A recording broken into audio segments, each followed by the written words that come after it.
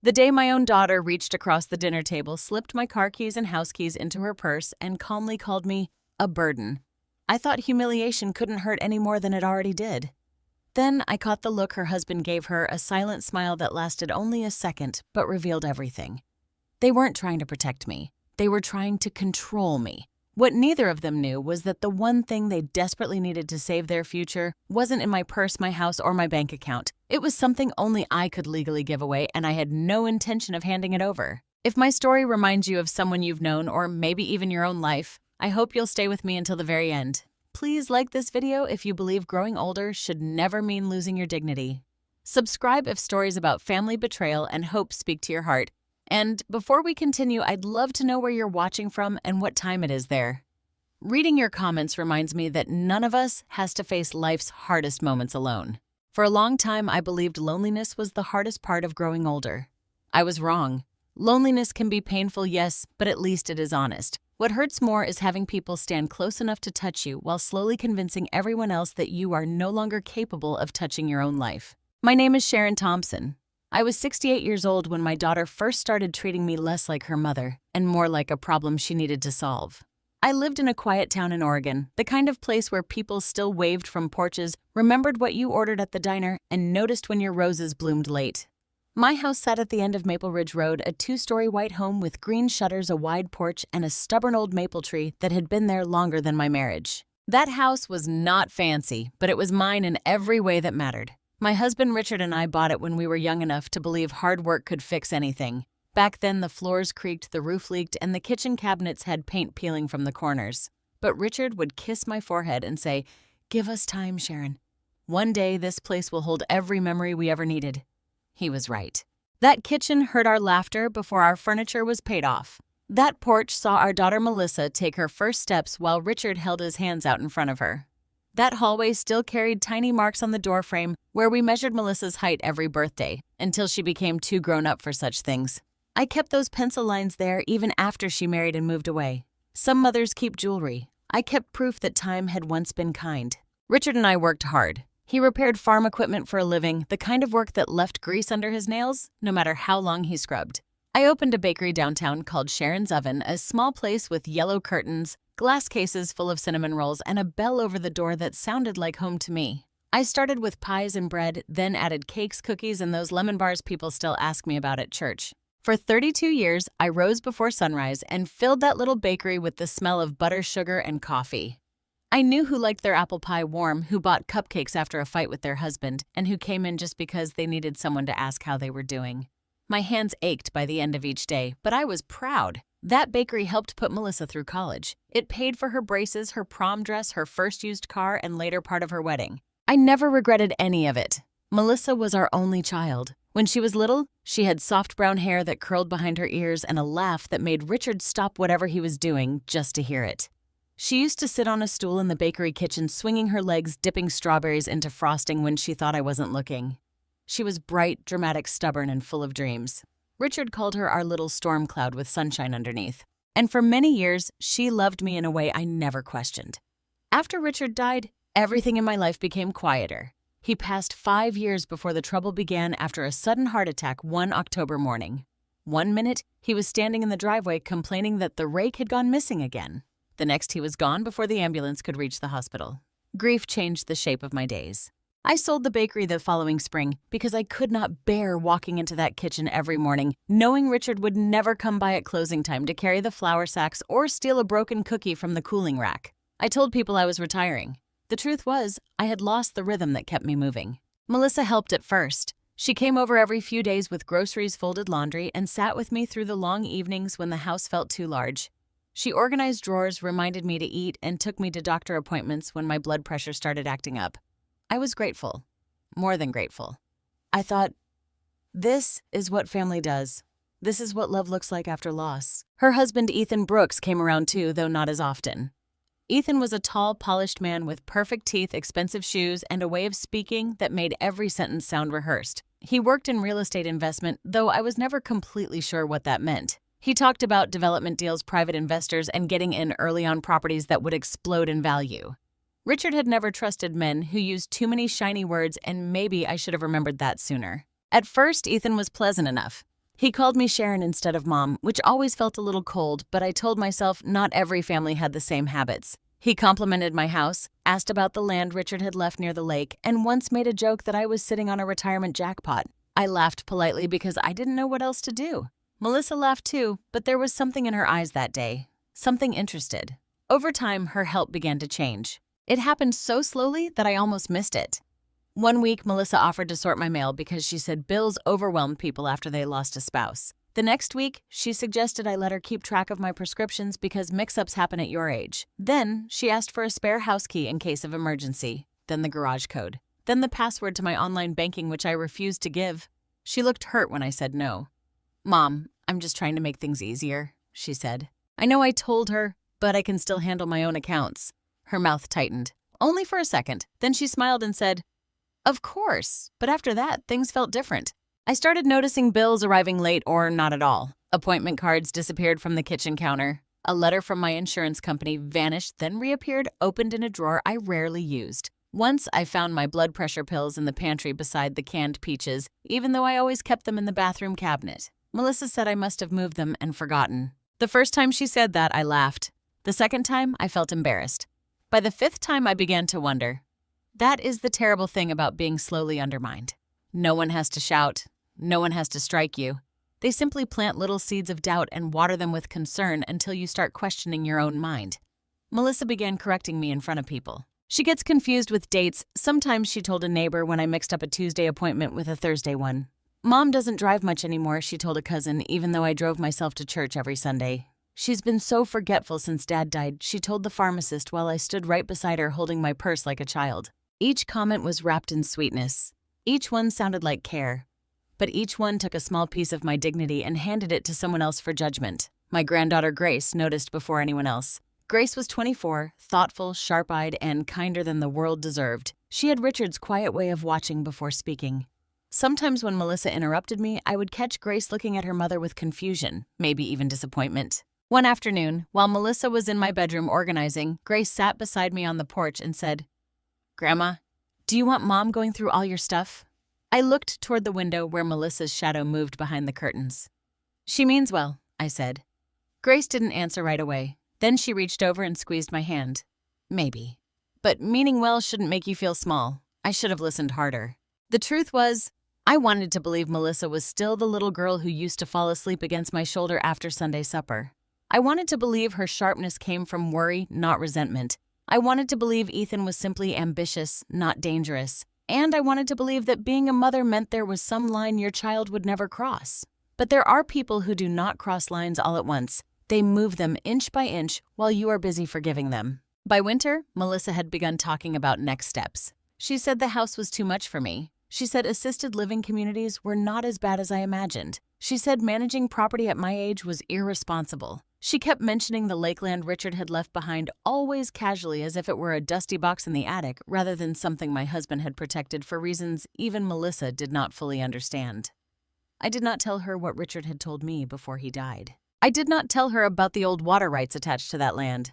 I did not tell her that several developers had tried for years to get access to the only usable route feeding water toward the north side of the lake. And I certainly did not tell her that without my signature, any resort project Ethan was dreaming about would be nothing more than lines on paper. Still, I think Ethan suspected enough to push Melissa harder. Because the more I resisted, the more concerned my daughter became in public and the colder she became in private. One rainy Thursday evening, I found Melissa standing in my kitchen with my checkbook open in her hand. She said she was just making sure I had not forgotten any payments. I took it back and told her firmly that my finances were not hers to review. She stared at me like I had slapped her. "You're making this so much harder than it needs to be," she said, for whom I asked. Her face changed then, not dramatically, just enough for me to see something behind the daughter I loved, something impatient, something hungry. Then she softened her voice. "Mom," she said, "one day you're going to need me to make decisions for you." I held the checkbook against my chest. "Maybe," I said, "but today is not that day." She left without saying goodbye.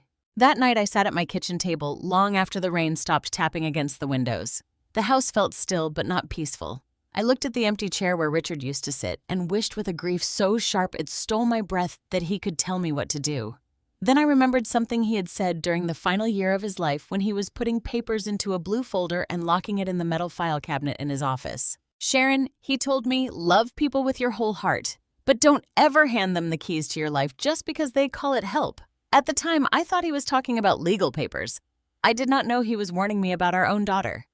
The Sunday dinner where Melissa took my keys began like any other family gathering: too much food, too many forced smiles, and a silence under the conversation that only I seemed to hear. I had spent most of that afternoon making pot roast the way Richard used to like it, with carrots, onions, and potatoes tucked around the meat until the whole house smelled warm and familiar. I set the dining table with the blue flowered plates we had received as a wedding gift 46 years earlier. 2 of them were chipped, but I still used them because Richard always said a table should hold history, not perfection. Melissa arrived 10 minutes late with Ethan beside her and Grace following quietly behind them.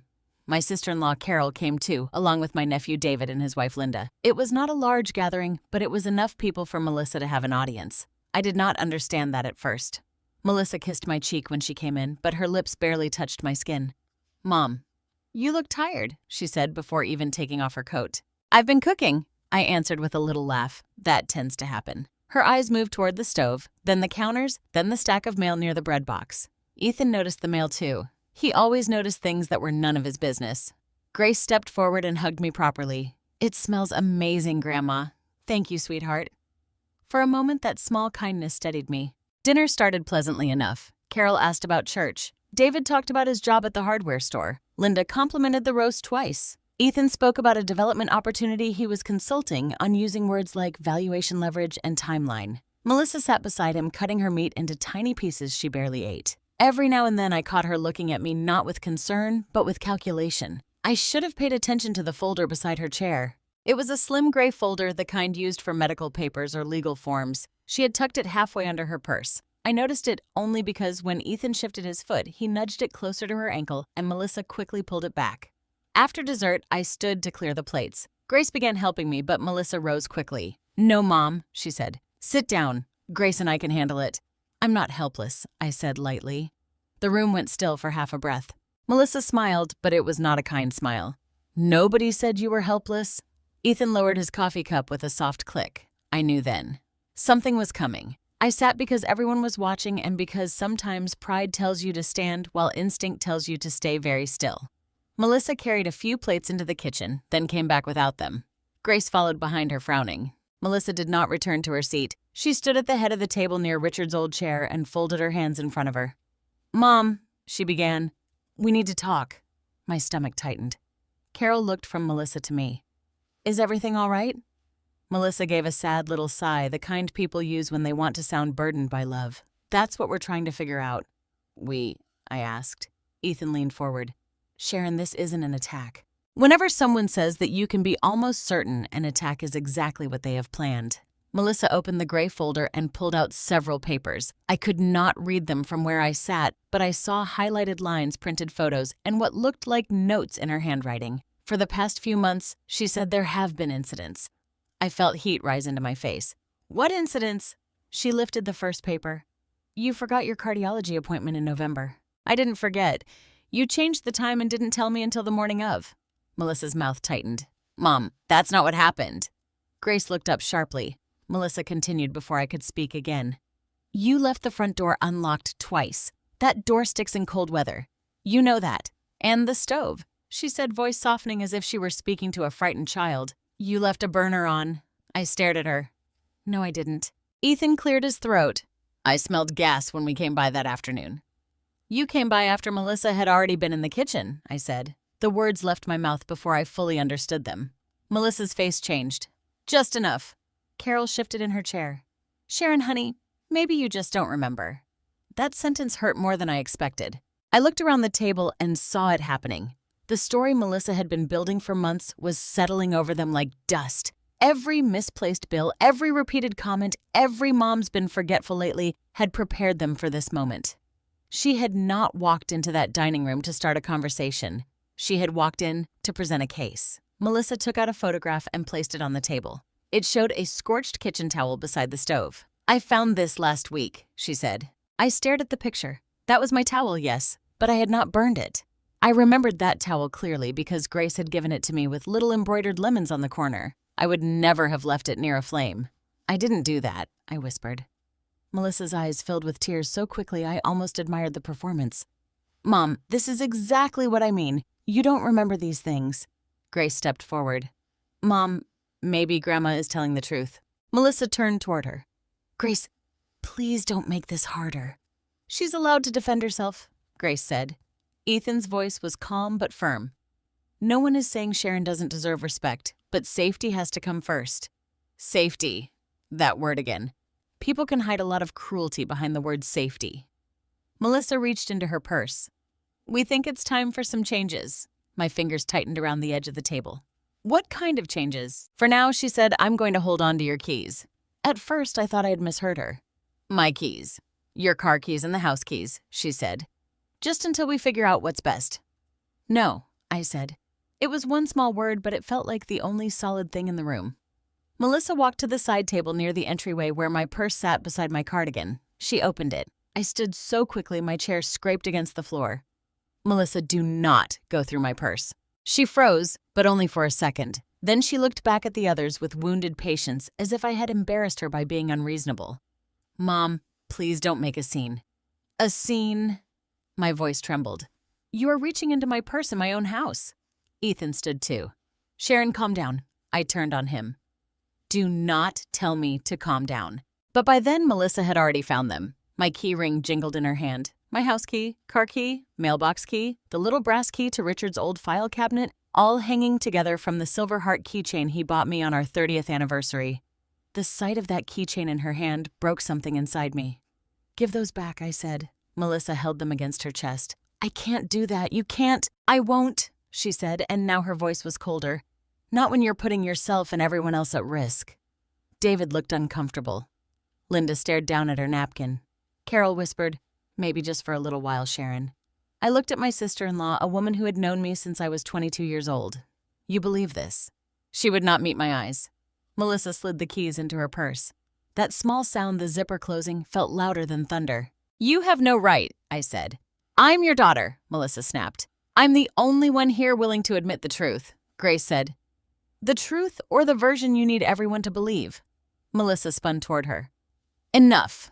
Then she turned back to me and the mask finally slipped. Mom, you are becoming a burden. No one spoke.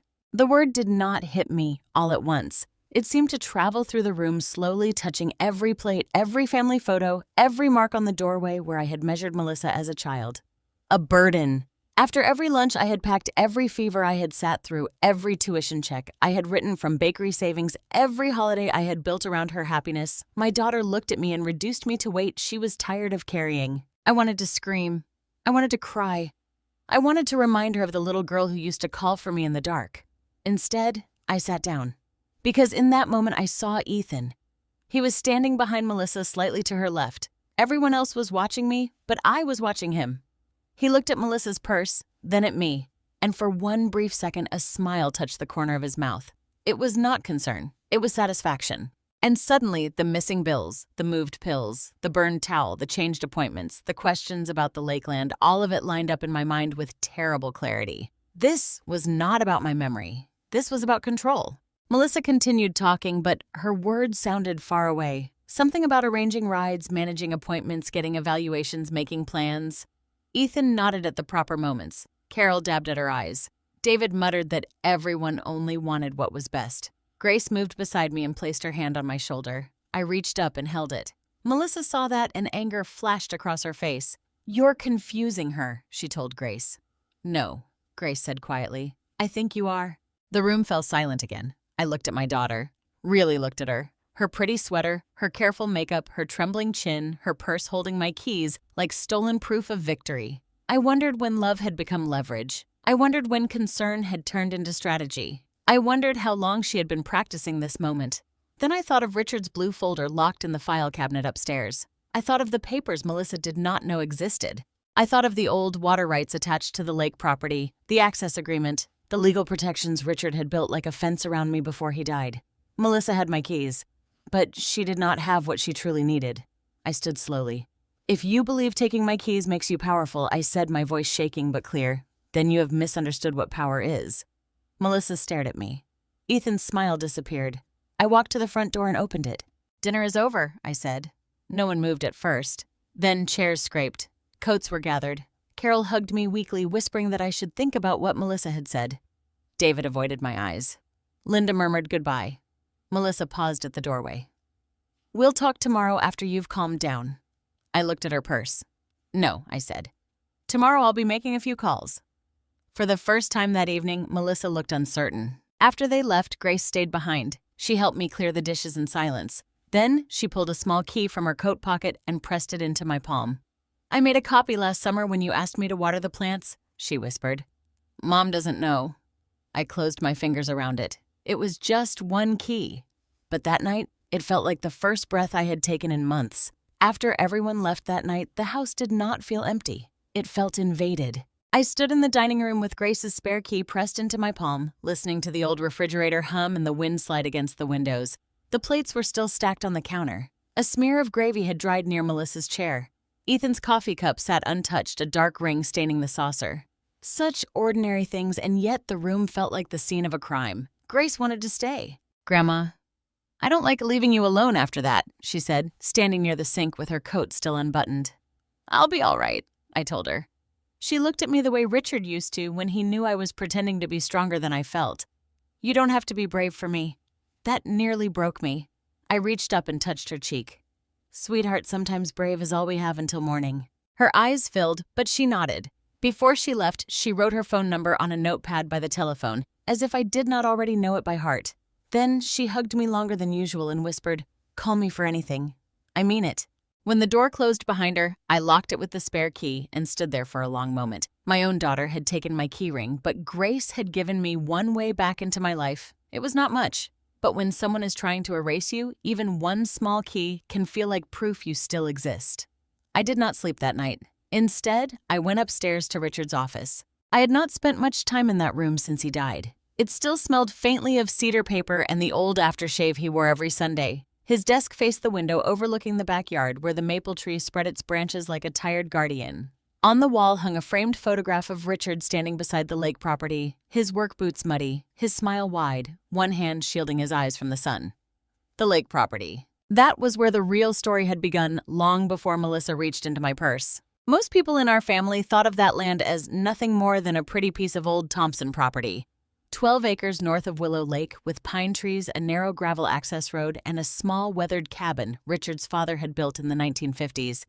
We used to take Melissa there when she was young. She would collect smooth stones at the shoreline while Richard fished, and I read paperback novels on a folding chair.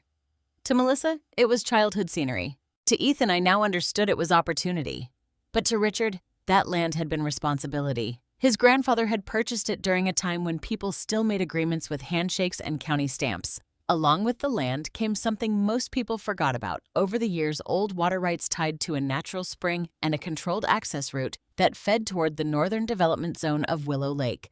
Richard had explained it to me carefully after his father passed. "Land is one thing," he said, spreading old maps across our kitchen table. "Water is another. Around here, water decides what can be built, what can grow, and who gets rich, pretending they discovered something that was here before them." I had laughed at the time because Richard always became dramatic when talking about property records, but he was serious. He showed me deeds easements, survey maps, county filings, and rights documents with dates going back decades. He explained that the spring on our property was not just a feature of the land, it was legally protected. The access route attached to it was the only practical path for supplying water to a large stretch of undeveloped lakefront north of town. For years, developers had dreamed about turning that area into vacation rentals, luxury cabins, and a resort with docks and restaurants. But dreams are easy. Water access is not. Without the Thompson rights, that project would be too expensive, maybe impossible. Richard turned down offers more than once. Some were small. Some were impressive enough to make my hands tremble when I saw the number. But he always said the same thing. We don't sell something just because someone with a nice pen tells us we should. When he became ill with blood pressure problems in his later years, he started organizing everything. Not because he expected to die soon, none of us expected that, but because Richard believed a person should leave love in order, not in confusion. One evening, about 8 months before his heart attack, he called me into his office. The blue folder was open on his desk. "Sharon," he said, "I need you to understand this." I remember teasing him. "You've explained it 10 times, and I'll explain it 11 if I have to." So I sat. He told me that the lake property, the spring, and the access rights had been arranged in a way that gave me full authority after his death. Not Melissa. Not any future son-in-law. Not even a family majority if people started arguing. Me. You're my wife, he said. You built this life with me, and you're steadier than anyone gives you credit for. I asked him then, why are you so worried? Richard leaned back in his chair and looked toward the window. Because money changes the way people see older women, he said quietly. They stop seeing a person. They see a signature.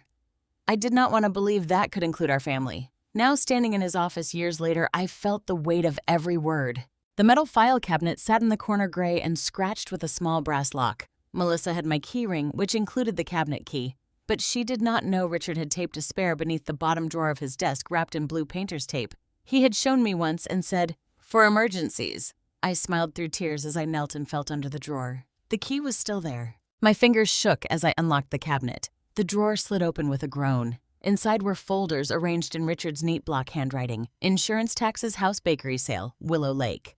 I pulled out the Willow Lake folder and carried it to the desk. For the next hour, I read through papers I had not looked at since Richard's funeral. Deeds, maps, county correspondence, copies of offers from companies I recognized and some I did not. One newer letter caught my eye because it had arrived only 8 months earlier. The return address belonged to Cascade Ridge Development Group. I remembered that envelope. Melissa had been at the house the day it came. She had glanced at it, then asked too casually, "Are people still bothering you about that lakeland?" I had shrugged. Sometimes. She had offered to throw away junk mail for me. I had taken the letter from her hand and said I would handle it. Now I opened the copy Richard's lawyer must have kept on file. Cascade Ridge Development Group had expressed renewed interest in acquiring or leasing access connected to the Thompson water rights. The language was polite, but the meaning was clear. They needed what I owned. And suddenly, Ethan's conversations made sense. The development opportunity, the timeline, the questions about whether I found the lake property too much to manage, his joke that I was sitting on a retirement jackpot. This was not a vague family concern. It was a plan. I sat at Richard's desk until dawn, the papers spread around me like evidence. I realized Melissa might know about the land's value, but she did not know the structure Richard had created. She thought if she could make me look incompetent, she could get control over everything. She thought the keys in her purse were the first step. But Richard had protected me better than she understood. The main house was in my name. The lake property was in my name.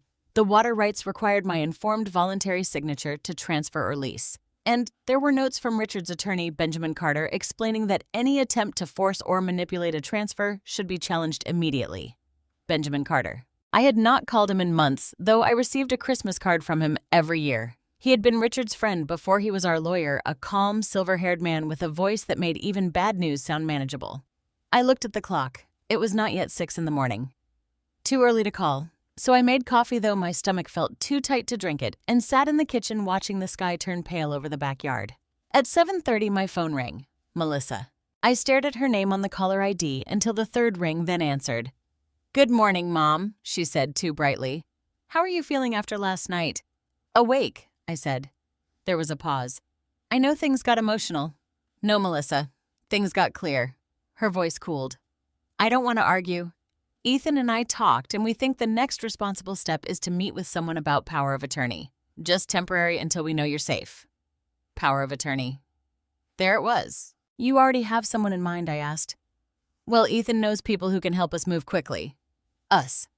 That one word told me everything. I won't be signing anything, I said. A longer pause this time.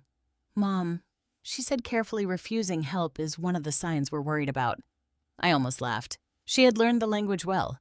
Every boundary became confusion. Every no became proof. "I'm not refusing help," I said. "I'm refusing control." Her voice sharpened. "You are making this harder for everyone." "For everyone," I repeated, "or for Ethan's silence?" Then she said, "I don't know what Grace told you, but she's young. She doesn't understand. She understands kindness." "That's not fair." Neither was taking my keys. "You forced my hand." "No," I said quietly. "You showed it."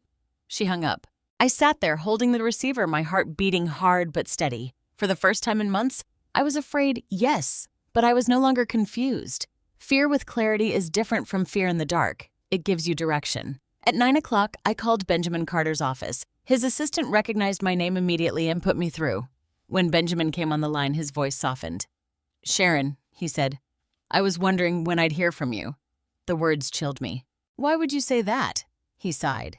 "Because someone has been asking questions about the Thompson Lake rights." My hand tightened around the phone. "Who?" "I can't prove who's behind it yet," he said.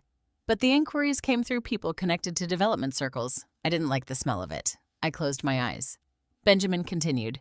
"Tell me what happened." So I did. I told him about Melissa taking my keys, about the accusations, about the burned towel, about the missing mail, about Ethan. He listened without interrupting. When I finished, he said, "Sharon, do not sign anything. Not a note, not an authorization, not a medical release, nothing they put in front of you." I wasn't planning to. "Good. And start writing everything down. Dates, times, what was said, who was present." I looked toward the dining room where the blue-flowered plates still waited to be washed. "Benjamin," I whispered, "is my daughter trying to take everything?" His answer came slowly. "I think your daughter and her husband need something only you can give, and I think they're willing to make you look incapable to get it." Tears slipped down my face, but I did not make a sound. Outside, a car slowed near my driveway, then moved on. For one terrible second, I imagined Melissa coming back with Ethan with papers with more accusations wrapped in concern. But I was not the same woman I had been the night before. I had the spare key, I had Richard's folder, and now I had Benjamin. Before we ended the call, he said, "Richard built protections into those documents for a reason. He trusted you to stand firm." After I hung up, I went back upstairs and placed the Willow Lake folder on my desk. Then I opened a fresh notebook and wrote the date at the top of the first page. Under it, I wrote one sentence. "Melissa took my keys, but she does not own my life." For the first time since my daughter called me a burden, I believed it. The first thing Benjamin told me to do was keep a record. "Not because you're forgetful," he said over the phone the next morning, his voice steady and careful. "Because people who lie confidently are often believed over people who tell the truth emotionally." That sentence stayed with me. I found a black spiral notebook in the drawer beneath the telephone, the kind I used to keep for grocery lists and recipes I meant to try someday. On the first page, I wrote the date of the Sunday dinner, the names of everyone present, and the exact words I could remember. My hand shook when I wrote. "Melissa called me a burden."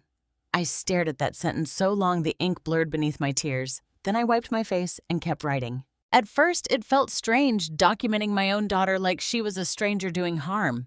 A mother is trained by life to protect her child even when that child disappoints her.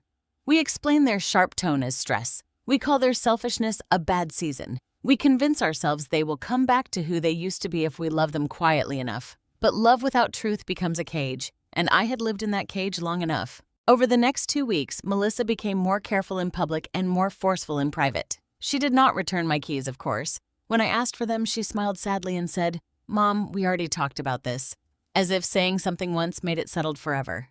She started calling every morning at 8:30. Not to ask how I was, not really. Her questions sounded like check-ins, but each one felt like a test. "Did you remember to take your medicine? What did you have for breakfast? Are you sure you paid the electric bill?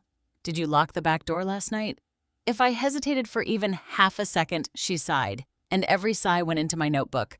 On the following Tuesday, she insisted on driving me to my doctor's appointment. I told her Grace had already offered, but Melissa said, "Grace has work, Mom. You need to stop leaning on her." That word leaning was her gentler cousin of burden. I let Melissa take me because Benjamin had advised me not to avoid normal routines. "Act like a competent woman," he said. "Because you are one." The doctor's office smelled of antiseptic and old magazines. I had been seeing Dr. Helen Morris for nearly 15 years. She knew about my blood pressure, my arthritis, my grief after Richard, and the way I hated admitting when my knees hurt. I trusted her. But the moment Melissa walked into the exam room with me, everything felt different. Dr. Morris smiled. "Good morning, Sharon. And Melissa, nice to see you." Melissa sat down before I did. "Thank you for seeing us, doctor. I've been very worried." Us, that word again. Dr. Morris glanced at me. "Sharon, how have you been feeling? I've been under stress," I said. Melissa leaned forward. "She's been confused." I turned to her. "I can answer for myself." Melissa gave Dr. Morris an apologetic look. She gets defensive when we bring it up. Dr. Morris did not write anything down yet, but her expression grew more professional. "What kind of confusion?" Before I could speak, Melissa opened a small notebook of her own. I had never seen it before. She missed an appointment, misplaced medication, forgot bills left the stove on, and recently became very agitated when we tried to help her with transportation. My cheeks burned. "That is not accurate," I said. Melissa touched my arm. I pulled away. "Mom," she said softly, "this is what I mean." There it was. My anger became her evidence. Dr. Morris looked between us. Sharon, I'd like to hear from you. So I told her. Carefully, slowly. I explained that my appointment had been changed without my knowledge, that my medication had been moved, that my mail had gone missing, and that my keys had been taken against my will. Melissa's face hardened more with every sentence. When I mentioned the keys, Dr. Morris turned to Melissa. You took her keys for safety, Melissa said quickly. The family agreed. The family did not vote on my freedom, I said. Dr. Morris folded her hands. Melissa, I'll need to speak with Sharon alone for part of today's visit. Melissa blinked. I don't think that's a good idea. I do, Dr. Morris said. For the first time that morning, Melissa had no immediate answer. When the nurse let her out, she looked back at me with a warning in her eyes. Not fear, not shame. Warning. After the door closed, Dr. Morris sat beside me instead of across from me. Sharon, she said gently, do you feel safe at home? That question loosened something in my chest. I did not sob. I did not collapse. But tears came quiet and hot. I don't know anymore, I whispered. She handed me tissues and waited. I told her more then. Not everything about the water rights or the land, but enough. I told her I felt managed, watched, doubted. I told her about the missing insurance letter, the moved pills, the scorched towel I did not burn. I told her Melissa was trying to make me appear incapable. Dr. Morris listened without making me feel foolish. Then she performed a basic cognitive screening, memory words, clock drawing, questions about dates, current events, medications, and daily routines. I passed everything. Not perfectly, because no human being performs perfectly while their heart is breaking, but clearly enough. You are not showing signs of dementia today, she said. Relief hit me so hard I nearly covered my face. But she added, stress can affect concentration, and family conflict can become serious. I'm going to document what you told me. That word document felt like another key. When Melissa returned, she tried to read Dr. Morris's face, so she asked. Dr. Morris remained calm. Sharon and I discussed several things. I don't see a medical reason today to restrict her independence. Melissa's smile froze. Doctor, with respect, you're only seeing her for 20 minutes. I'm seeing what happens every day. And I appreciate family input, Dr. Morris said, but Sharon is my patient.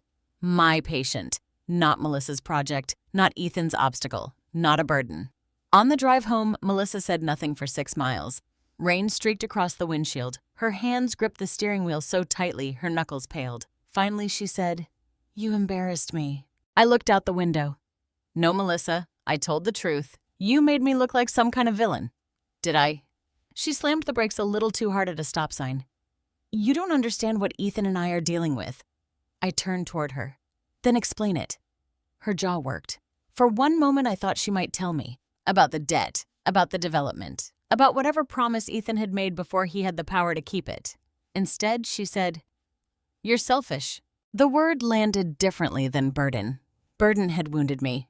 Selfish almost made me laugh. I thought of 32 years in a bakery paying for her future one pie at a time. I thought of sleeping in hospital chairs when she had pneumonia at 7.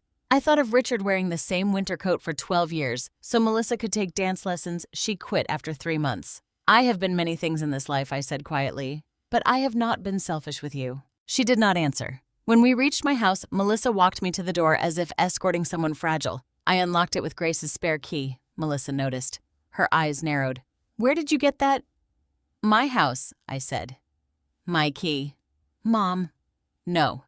She stared at me, startled by the firmness in my voice. No more questioning every small thing I do, I said. No more going through my mail. No more speaking for me at appointments, and I want my keys returned. Her expression changed from surprise to anger.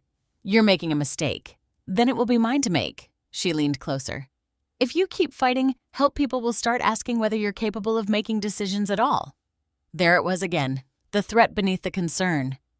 I opened the door and stepped inside. You should go. She looked past me into the house as if searching for something. The mail, the file cabinet, proof, weakness. Then she said Ethan was right. You're going to force us to do this the hard way. I closed the door before she could say more. My hands shook so badly I had to sit on the stairs. But once the trembling passed, I went straight to my notebook. I wrote everything. Dr. Morris appointment. Melissa tried to answer for me. Cognitive screen normal. Melissa angry afterward, threatened the hard way. Then I called Benjamin. He listened, then said, Good. This helps. It doesn't feel good. Evidence rarely does when it comes from someone you love.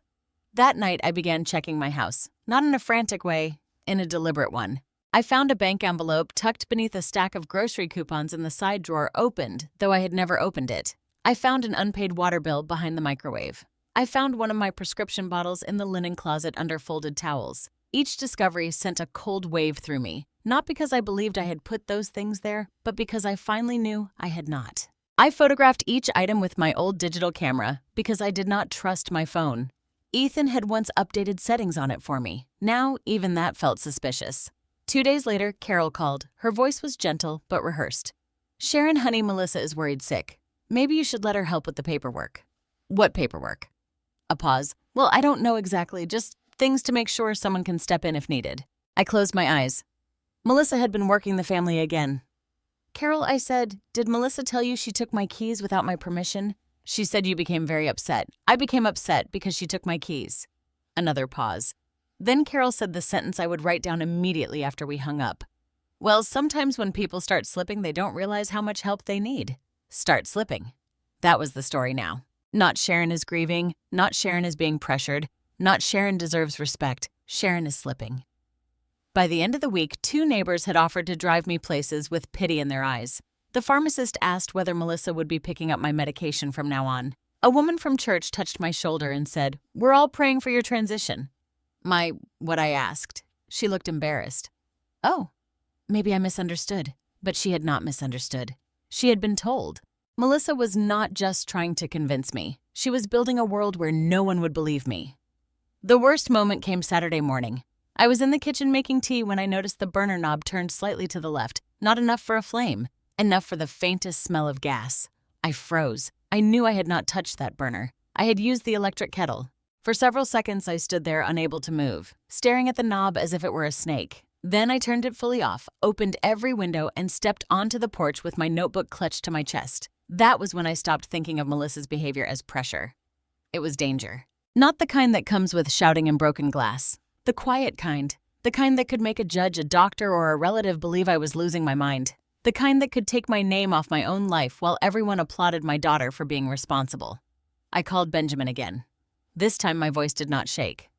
"I need to know how to protect myself," I said. Benjamin was silent for a moment. Then he answered, "Come to my office Monday morning. Bring your notebook, the photographs, the medical visit summary if you can get it, and any mail you believe was tampered with. I don't have my car keys. Can Grace drive you?" "Yes." "Then ask her." "And Sharon?" "Yes. Do not tell Melissa." I looked through the kitchen window toward the road, half expecting to see my daughter's car parked there watching. "I won't." After we hung up, I sat at the table and turned to a new page in my notebook. At the top, I wrote things Melissa wants people to believe. Under it, I made a list. Forgetful, unsafe, confused, dependent, a burden. Then I turned the page. At the top of that one, I wrote things I know to be true. I am capable. I am afraid but not confused. My home is mine. My signature is mine. My life is still mine. I read those words aloud in the empty kitchen, softly at first, then again with more strength. Outside, the rain began to fall. And for the first time, I understood that Melissa was not waiting for me to fail. She was trying to create the failure herself. Grace came to get me Monday morning in a blue raincoat with her hair twisted into a loose knot and worry written all over her face. She parked down the street instead of in my driveway. When I opened the passenger door, she said I didn't want Mom seeing my car here. That one sentence told me the trouble had grown bigger than either of us wanted to admit. I climbed in slowly, holding my notebook, the envelope of photographs and copies of the papers I had gathered over the weekend. The morning was gray, the kind of Oregon gray that makes everything feel damp even before the rain starts. Grace turned the heat up without asking. It was such a small kindness, but after weeks of being treated like a problem, small kindnesses felt enormous. "Did she call you?" I asked. Grace kept her eyes on the road. 3 times yesterday. "What did she say?" "That you're confused, that you're becoming paranoid, that I shouldn't encourage you." She swallowed.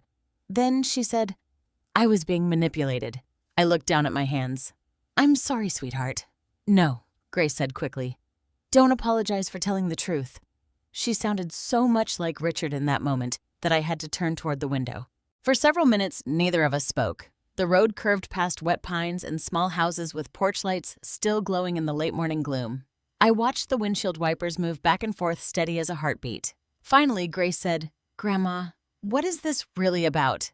I knew the question had been coming. I had avoided telling her everything because I did not want to place her between her mother and me. A family can survive a lot of things, but making a child choose sides leaves scars that never fully disappear. Grace was grown, yes, but Melissa was still her mother. And no matter how old a woman becomes, some part of her remains the daughter who wants her mother to be good. I think I said carefully, your mother and Ethan want control over my property. Grace gave a bitter little laugh. I figured that part. I looked at her. She glanced over. I'm not blind. Ethan's been talking about money for months. He keeps saying this is their chance to recover from bad timing.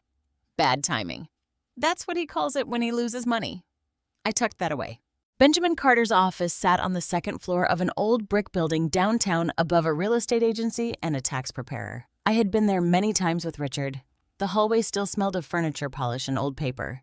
Benjamin's assistant, Mrs. Harlow, greeted me with the kind of warmth that made my throat tighten. Mrs. Thompson, she said, standing. Mr. Carter is expecting you. Then she looked at Grace and smiled. And you must be Grace. Grace nodded politely, but I saw the surprise in her eyes. It mattered to her that Benjamin knew who she was. It mattered that someone in this strange, frightening mess already believed we were not imagining things. Benjamin came out of his office himself. He was 72, tall, thin, with silver hair combed neatly back and reading glasses hanging from a cord around his neck. He moved slower than he used to, but his eyes were as sharp as ever. Sharon, he said, taking both my hands. I wish we were meeting under better circumstances. So do I. He looked at Grace. Thank you for bringing her. Grace lifted her chin slightly. I'm not leaving her alone in this. Benjamin's expression softened. Good. Inside his office, the walls were lined with law books and framed certificates. On one shelf sat a photograph of Benjamin and Richard holding fishing poles at Willow Lake, both of them younger, grinning like boys. Seeing Richard's face there nearly undid me. Benjamin noticed, but did not rush me. When I was ready, I placed everything on his desk, the notebook, the photographs, the medical visit summary from Dr. Morris, the opened bank envelope, the misplaced bill, and copies of the Cascade Ridge letter. He read quietly. Grace sat beside me, hands clenched in her lap. After several minutes, Benjamin removed his glasses and said, This is more than family pressure. My stomach tightened. What is it? It looks like a pattern of coercion, possibly financial exploitation, possibly an attempt to create grounds for guardianship or power of attorney. Grace leaned forward. Can Mom actually do that? Can she just say, Grandma isn't capable and take over? Not just by saying it, Benjamin replied. But if enough people believe Sharon is unsafe or mentally declining, Melissa could try to petition the court. She would present incidents, witnesses, perhaps medical concerns. If uncontested, those cases can become dangerous quickly. Grace's face paled. She's been telling everyone. I know, I whispered. Benjamin nodded. That is why documentation matters. He asked me detailed questions, dates, times, who was present, what exactly was said, whether Melissa had access to my checkbook mail, medication phone, and medical providers. Each question made the situation feel less like family drama and more like a map of something deliberate. Then he turned to Grace. Have you personally witnessed anything troubling? Grace hesitated. I reached for her hand. Only say what you know. Nothing more. She nodded, took a breath, and began. She told Benjamin about the Sunday dinner, about Melissa taking my keys, about the gray folder, about how Ethan looked satisfied when I became upset. She described hearing her mother tell relatives I was slipping before any doctor had said such a thing. She mentioned the spare key she had given me. Then she stopped. Benjamin waited. Grace's eyes moved toward me, then back to him. There's something else. My heart gave a painful thud. What I asked. Grace twisted her fingers together. I didn't want to tell you because I wasn't sure what I heard. Benjamin's voice stayed calm. Tell us exactly what happened. It was last Thursday night. I went to Mom's house to pick up some boxes from the garage. She and Ethan didn't know I was there yet. I heard Ethan on the phone in the kitchen.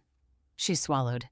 He said, the closing date won't move again. Either we get her signature or we lose the whole thing. The room seemed to narrow. Grace continued, her voice shaking now. Then he said, Melissa is handling the competency angle. I closed my eyes. Competency angle. 2 words. Cold, polished, poisonous. Benjamin wrote them down. Did he say who he was speaking to? He asked. No. But he mentioned Cascade Ridge and something about the North Access Route. Benjamin's face hardened in a way I had never seen before. That confirms my concern, he said. Grace looked at me. Grandma, I'm sorry. I squeezed her hand. You did nothing wrong. But Mom, your mother is making choices, I said, though the words hurt coming out. Benjamin stood and walked to his filing cabinet. There is something both of you need to understand.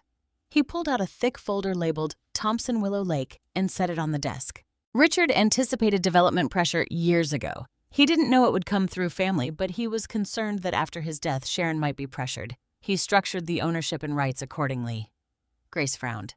What rights? Benjamin glanced at me. I nodded. So he explained.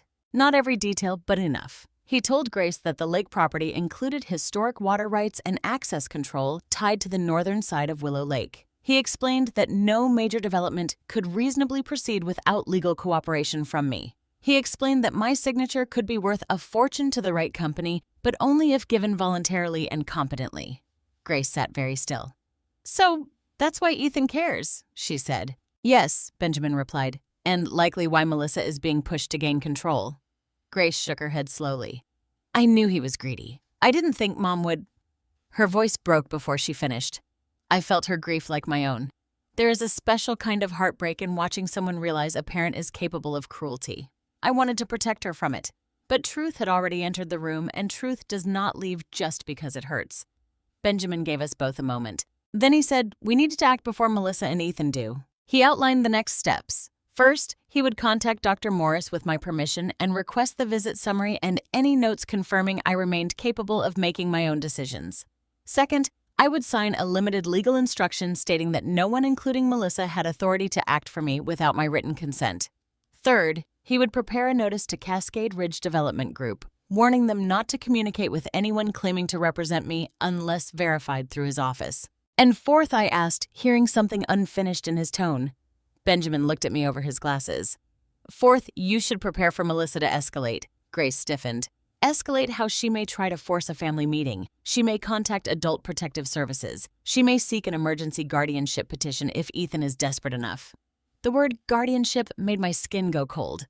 Grace sat up straight. Then I'll testify. I turned to her. Grace, I will, she said. If she lies, I'll tell the truth. You don't know what that will cost you. Her eyes filled with tears, but her voice did not waver. I know what silence would cost you. For a moment I could not speak. I had spent so much time grieving the daughter who was turning against me that I almost missed the granddaughter who was standing beside me. Benjamin watched us quietly, then pushed a box of tissues across the desk. When we left his office 2 hours later, the rain had stopped. The sidewalks shone silver. Grace and I walked slowly to the car, neither of us ready to break the silence. Before getting in, she checked her phone and froze. What is it? I asked. She turned the screen toward me. There were 7 missed calls from Melissa and 1 text message. Grace, I know you picked her up. You are interfering with things you do not understand. Call me now. A second message came through while we were standing there. Do not let your grandmother manipulate you against me. Grace stared at the words for a long time. Then she turned the phone off. She's my mother, she said quietly. But she's wrong.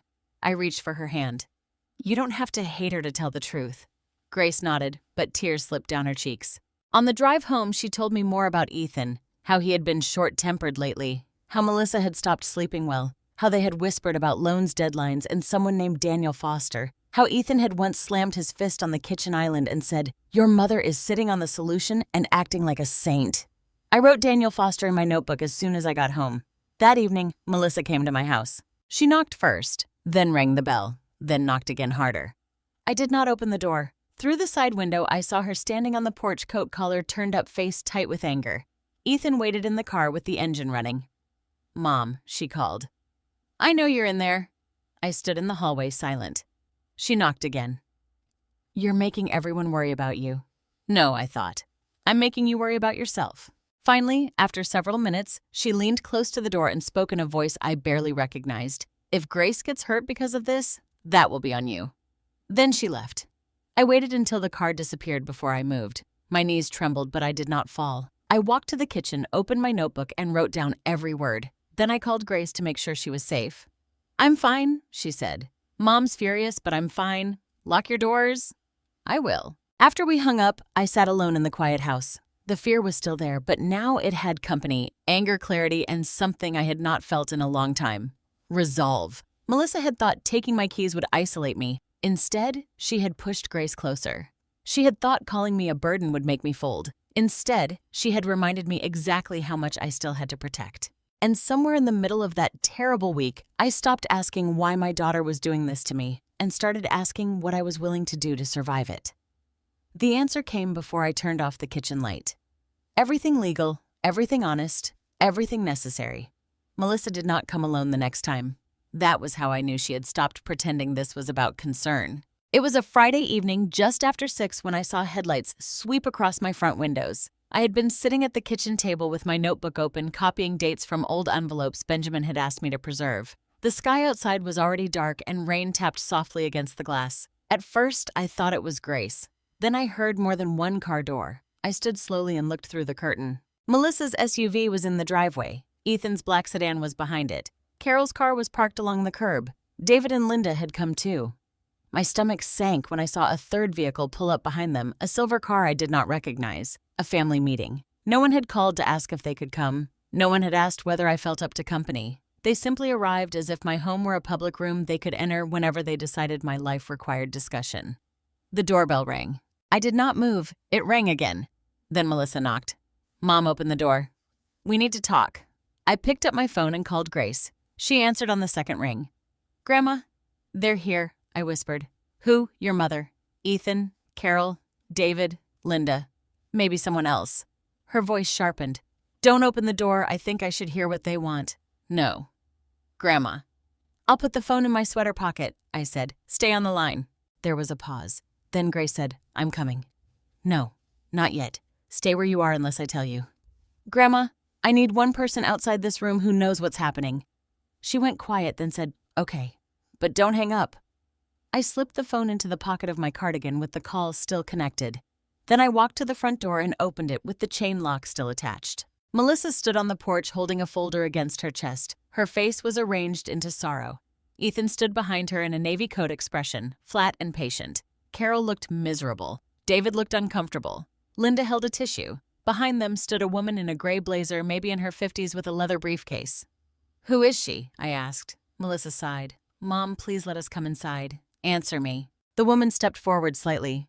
Mrs. Thompson, my name is Janet Reeves. I'm a senior care placement consultant. I looked at Melissa. Melissa lifted her chin. We're here because we love you. I almost closed the door, but Benjamin's voice echoed in my mind. People who lie confidently are often believed over people who tell the truth emotionally. So I opened the door. Come in, I said. But no one goes upstairs. No one goes into my office. And this conversation ends when I say it ends. Ethan gave Melissa a quick glance. She ignored him and stepped past me. They gathered in my living room like mourners at a funeral, except the person being mourned was standing right there. Melissa sat on the edge of the sofa. Ethan stood near the fireplace beneath Richard's photograph. Carol and Linda sat together. David stayed near the doorway. Janet Reeves placed her briefcase on her lap and gave me a professional smile. I remained standing. Melissa noticed. Mom, sit down. No. Please don't make this difficult. This is my living room, I said. I'll stand if I want to. A flash of irritation crossed her face before the sadness returned. Ethan cleared his throat. Sharon, this is not meant to upset you? Then you chose a strange method. Carol whispered. Sharon, honey, just hear them out. Melissa opened the folder. We're calling this a family intervention. The word felt rehearsed. An intervention for what I asked. For your safety, she said. For your future. For the reality that you refuse to face. I looked at each person in the room. And what reality is that? Melissa's eyes filled with tears on command. That you're not managing well alone. She began reading from a paper. Missed appointments, medication concerns, a stove incident, financial confusion, emotional outbursts, refusal of help, increasing paranoia, dependence on Grace, who, according to Melissa, had become inappropriately involved. My hand tightened at my side. Grace was listening through my pocket. I wondered if she could hear every word. I hoped she could. I hated that she had to. When Melissa finished, Janet Reeves leaned forward.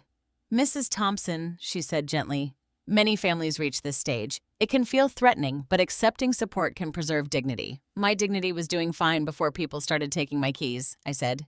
Janet's smile faltered. Ethan stepped in. This is exactly the resistance we're concerned about. No, I said. This is exactly the boundary you dislike. Melissa pulled another paper from the folder. Mom, we are asking you to sign a temporary financial and medical power of attorney. Just temporary. It would allow me to help with bills, appointments, transportation, and property matters. Property matters. There it was tucked neatly between care and transportation, like a knife hidden inside folded linen. Property matters, I repeated. Melissa's eyes flicked toward Ethan. He answered before she could. There are responsibilities attached to land ownership, Sharon. Taxes, maintenance, liability. You don't need that burden anymore. I almost smiled at his choice of word. I can manage my taxes. You didn't pay the water bill on time, Melissa said. Because someone put it behind the microwave. Carol gasped softly. What? Melissa shook her head. Mom, listen to yourself. No, I said, turning toward Carol. Listen to me. My mail has been opened, my medication has been moved, my appointments have been changed, and now I am being asked to sign over authority by people who brought a senior placement consultant to my house without warning. Janet Reeves shifted in her chair. I was told you had agreed to discuss supportive living options. I looked directly at Melissa. I agreed to no such thing. For the first time, Janet looked uncertain. Ethan's voice hardened. This is going nowhere. Melissa placed the papers on the coffee table and slid them toward me. Mom, we don't want court involved, but if you keep refusing reasonable help, you leave us no choice. The room went silent. There it was. Not concern anymore. Threat. What exactly are you threatening? I asked. Melissa wiped under one eye, though no tear had fallen. Guardianship may become necessary, Carol whispered. Oh, Melissa, David muttered. Is that really where we are? Ethan turned toward him. If Sharon is unsafe, yes. I looked at my nephew. David, have you personally seen me unsafe? He opened his mouth, then closed it. Linda stared at the floor. Melissa's voice sharpened. This is not a trial. No, I said, but you're preparing for one. Her face changed, only slightly, but I saw it. I walked to the armchair beside the window and finally sat down, not because she told me to, but because I wanted my hands steady. Melissa, I will not sign those papers. You haven't even read them. I don't sign anything when someone is rushing me. For a second, the room disappeared, and I heard Richard's voice as clearly as if he were standing beside me. Never sign anything when someone is rushing you. Melissa leaned forward. Mom refusing to sign confirms what we've been saying. You don't understand the seriousness of your situation. I understand perfectly. Ethan gave a short laugh. Do you? Because from where I'm standing, you're alone in a house you can't manage clinging to property you can't maintain while your family bends over backward to keep you safe. Is that what you're doing? I asked. Yes, he said. Then why did you tell someone on the phone you needed my signature before a closing date? The color left his face. Melissa turned sharply toward him. Carol looked up. What closing date? Ethan recovered quickly, but not quickly enough. I discussed many business matters. Sharon probably misunderstood something, Grace repeated. So Grace is confused too? I asked. Melissa stood. Do not drag my daughter into this. You already did when you accused her of interfering. Melissa's hands trembled around the folder. Grace is young and emotional. She doesn't understand what we're trying to protect. What are you trying to protect? I asked. Me, or Ethan's deal. Ethan stepped away from the fireplace. Careful, Sharon. That single word changed the air in the room. Janet Reeves closed her briefcase. I think perhaps this family needs legal guidance before discussing placement options, she said quietly. Melissa turned on her. We already have guidance. Not from me, Janet said. I was not aware there was a dispute over consent. She stood, gave me a brief apologetic nod, and moved toward the door. Mrs. Thompson, I'm sorry for the misunderstanding. Melissa looked furious, but she could not stop her without making herself look worse. After Janet left the room, felt stripped of its polite costume, Ethan picked up the power of attorney papers and held them out to me. Sign tonight and this stays private. My heart pounded, but my voice came out calm. No, Melissa whispered. Mom, please. For one terrible moment, I saw my daughter again, not the strategist, not Ethan's partner in pressure, but the child who used to reach for me when thunder shook the windows. That almost weakened me. Almost. Then she said, if you loved me, you wouldn't make me do this. And the spell broke. If you loved me, I answered you wouldn't ask me to disappear so your life could be easier. Carol began crying then. David looked sick. Linda reached for his hand. Ethan tossed the papers back into the folder. Then we'll move forward. With what I asked. With whatever is necessary, Melissa said, her voice flat now. I stood. This conversation is over. No one moved. I walked to the front door and opened it. Leave my house. Ethan looked as if he wanted to argue, but Melissa touched his arm. One by one, they filed out. Carol paused beside me. Sharon, she whispered. I didn't know. I looked at her tired face. Then start asking why you were told only one side. She lowered her eyes and left. Melissa was the last to go. She stood on the porch, rain misting behind her. You're going to regret humiliating me, she said. I met her eyes. No, Melissa. I regret trusting you with my grief. Her mouth parted, but no words came. I closed the door. For several seconds, I stood there breathing hard. Then my phone crackled from my pocket. Grandma Grace's voice shook. "Tell me you recorded that." I pulled the phone out and stared at it. Recorded. I had forgotten one thing. Before opening the door after calling Grace, I had also pressed the small red record button on the voice memo app Benjamin had shown me how to use. The phone had been in my pocket the entire time. I looked down at the screen. The recording was still running. 46 minutes and 12 seconds. I saved it with trembling hands. Then I called Benjamin. When he answered, I said, "They came with papers tonight. Did you sign anything?" "No." "Good." And Benjamin, "Yes, I recorded everything." There was a long pause. Then he said, "Sharon, that may be the most important key you have right now." I sat on the stairs exhausted and shaking, but for the first time that night, I felt something close to power. Melissa had come to take control. Instead, she had given me proof. By Monday morning, Benjamin had the recording. Grace drove me back to his office before the town had fully woken. The sidewalks were wet from overnight rain, and the streetlights still glowed pale yellow in the gray morning. I carried my notebook against my chest like it was something alive. Every page inside it felt heavier now, filled with dates, words, threats, and small betrayals that had once seemed too painful to write down. Benjamin met us at the door of his office. His face told me he already knew this was serious. "Come in," he said. "I listened to part of it last night." "Only part?" Grace asked. He gave her a tired smile, enough to know I needed coffee before the rest. Inside, he had a legal pad ready along with copies of the documents I had signed during our earlier visit. The office was quiet except for the low hum of the heater. Mrs. Harlow brought tea without asking and placed it beside me with a gentle squeeze of my shoulder. No one had touched me kindly in days without making me feel examined. That small gesture almost made me cry.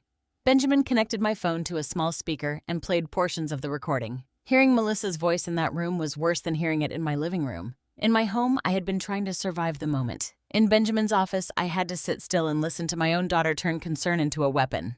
Mom refusing to sign confirms what we've been saying. Guardianship may become necessary. If you loved me, you wouldn't make me do this. Then Ethan's voice. "Sign tonight and this stays private." Benjamin paused the recording there. Grace's hands were clenched so tightly her knuckles had gone white. "That sounds like a threat," she said. Benjamin nodded slowly. "It does." I stared at the speaker. "I keep thinking maybe I'm hearing it wrong because she's my daughter." "That's why evidence matters," Benjamin said. "Evidence gives truth a place to stand when love tries to excuse the inexcusable." He rewound and played the section where Janet Reeves said she had been told I agreed to discuss supportive living options. He wrote down the timestamp. Then he played the moment when I asked about Ethan's closing date, and Ethan's voice changed. "Careful, Sharon." Benjamin stopped the recording again. "That one word tells a great deal," he said. I looked at him. "What happens now?" He removed his glasses and rubbed the bridge of his nose. "Now, we prepare for what they're likely already doing." Grace leaned forward. "You mean court?" "Yes." The words settled over the room like a cold blanket. Benjamin explained that Melissa could petition for guardianship or conservatorship by claiming I was unable to safely manage my personal or financial affairs. If she framed it as urgent, she might ask the court for temporary authority while the case was reviewed. She would not need to prove everything at once. She would only need enough concern to get a process started. And once that begins, I asked, then your life becomes a file other people discuss. I looked down at my tea. My life had already started feeling like that. Benjamin continued, "But Melissa and Ethan have a problem. They moved too aggressively. They tried to force signatures. They brought an outside consultant under false pretenses. And now we have a recording that shows pressure, not care." Grace asked, "Is that enough to stop them?" "It helps, but we need more." He turned toward me. "Sharon, I want permission to contact Dr. Morris directly. I also want to arrange an independent cognitive and capacity evaluation with a geriatric specialist, someone with no connection to Melissa. Ethan, me, or your regular physician." I felt a sting of fear. "Another test?" "Yes," he said gently, "but this one protects you. If they claim you're incapable, we need qualified documentation saying otherwise." I nodded. "Then do it." He slid a form toward me. This time I read every line before signing. Benjamin waited without rushing me. That mattered. It made the pen feel like mine. Next, he opened the Thompson Willow Lake folder. "There is another issue," he said. "Cascade Ridge." Grace glanced at me. Benjamin placed a printed email on the desk. "After your call last week, I made inquiries through professional channels. I did not reveal confidential details. I simply asked whether any party had represented themselves as authorized to negotiate on behalf of Sharon Thompson or the Thompson Lake rights." My heart quickened. "And," He tapped the paper. An executive assistant at Cascade Ridge confirmed that preliminary discussions occurred with Ethan Brooks. Grace whispered, "He lied to them." "Worse," Benjamin said. "He appears to have implied that Melissa would soon have legal authority over Sharon's property." I closed my eyes. It is one thing to suspect greed. It is another to see its handwriting. Benjamin continued. "There is also mention of Daniel Foster, their regional development representative. He appears to have been told that the family was simply finalizing elder care arrangements before moving forward." "Elder care arrangements," I repeated. My life had become a box Ethan needed checked before a business deal could close. Grace's voice shook with anger. "Can he get in trouble for that?" Possibly, Benjamin said. "But first we stop the damage. I'm sending formal notice today to Cascade Ridge that no one represents Sharon Thompson except this office and that any documents or statements from Ethan or Melissa Brooks concerning her property are unauthorized." He looked at me. "This may provoke them." I gave a small humorless laugh. "Everything provokes them except obedience." Benjamin's expression softened. "That may be true." By the time we left, I had signed 3 documents, one revoking any assumption that Melissa could speak for me, one authorizing Benjamin to communicate with medical professionals and relevant businesses, and one stating that any transfer, sale, lease, or negotiation involving my home lake property or water rights required my personal review with independent counsel. My signature looked shakier than it had years ago, but it was still mine. 2 days later, the court papers arrived. They came in a large envelope delivered by a polite young man who would not meet my eyes after asking, "Are you Sharon Thompson?" I knew before I opened it. Some knowledge enters the body before it reaches the mind. I sat at the kitchen table and cut the envelope carefully with scissors because my fingers were trembling too badly to tear it. Petition for appointment of guardian and conservator. Petitioner Melissa Brooks. Respondent Sharon Elaine Thompson. Respondent. Not mother, not widow, not former bakery owner, not woman who had built a life from nothing with flour-dusted hands and a husband who believed in her. Respondent. My vision blurred. Melissa's petition said I was experiencing cognitive decline, financial confusion, unsafe behavior, paranoia, and vulnerability to manipulation by others. She claimed I had become isolated. She claimed I refused necessary care. She claimed I was at risk of exploitation, though she did not mention who was trying hardest to exploit me. Attached were statements. Carol had written that she was concerned Sharon may not recognize her limitations. David had written that the family dinner raised questions about her emotional stability. Linda had written that she had seen me become agitated and defensive. There were photographs, too. The scorched towel, the stack of unopened mail Melissa herself had likely created, a picture of my front door supposedly left unlocked, a copy of the late water bill. My hands went cold as I turned each page. Then I saw Grace's name. Melissa had written that Grace was young, emotionally attached, and possibly influencing Sharon against appropriate family support. I stood so quickly the chair nearly tipped over. That was when anger finally overcame grief. She had gone after Grace. I called Benjamin immediately. "I have it," I said when he answered. "I expected it soon." She mentioned Grace. His voice grew quiet. "Bring everything in. I don't have my car keys." "Grace, I don't want to pull her deeper." "Sharon," he said gently. "Melissa already has." I called Grace. She arrived 20 minutes later, hair damp from the rain, eyes blazing after reading only the first 2 pages. "She used my name," she said. "Yes." "Then I'm done worrying about protecting her feelings." "Grace." "No, Grandma." "She filed papers to take your life away and called it love. I know she's my mother. I know that. But this is wrong." I had no answer because she was right. At Benjamin's office, we spread the petition across his conference table. He read every page, making notes in the margins. His expression remained calm, but I knew him well enough to see the anger beneath it. "She is asking for temporary authority," he said. "Financial and medical." "What does that mean?" Grace asked. "It means she wants control while the case is pending." My throat tightened. "Can she get it? Not without a fight." He began listing what we would file in response, the recording, my notebook entries, Dr. Morris's assessment, the independent evaluation once completed, evidence of male interference, photographs, testimony from Grace, and formal notice regarding the unauthorized development communications. Then he said something that made the room go still. "We will also raise the issue of motive." Grace looked at him. "The water rights." "Yes," Benjamin said. Carefully. "We don't reveal more than needed, but we show the court that Melissa and Ethan have a financial interest in gaining control." I looked at the petition. My daughter had written that she wanted to protect me from exploitation. The truth was, she needed a judge to hand her the key she could not steal. Benjamin leaned forward. "Sharon, I need you to understand something. Court is stressful. Melissa may cry. Ethan may present himself as reasonable. Your relatives may say they only wanted to help. The judge may ask hard questions, but you must remain calm. I nodded slowly. She is counting on you becoming emotional, he continued. Not because emotion is wrong, but because she wants to turn your pain into evidence. That was Melissa's real trick. She hurt me, then pointed at the wound as proof I was unstable. I went home that evening exhausted. Grace stayed for dinner, though neither of us ate much. We sat at the kitchen table with soup cooling in our bowls while rain darkened the windows. "Do you ever wish you didn't know?" she asked suddenly. I looked at her. "About Mom," she said. "About Ethan. About all of it." I thought carefully before answering. "Yes," I said. "Some moments I wish I could go back to believing she was only worried." Grace nodded, tears gathering. "But knowing the truth," I continued, "means I can protect myself." "And you." She wiped her cheek. "I hate that she made us choose." I reached across the table and took her hand. "She made choices. We are making boundaries." That night after Grace left, I walked through my house slowly. I touched the back of Richard's chair. I straightened a photograph of Melissa at age 8, missing her front tooth, holding a blue ribbon from the county fair.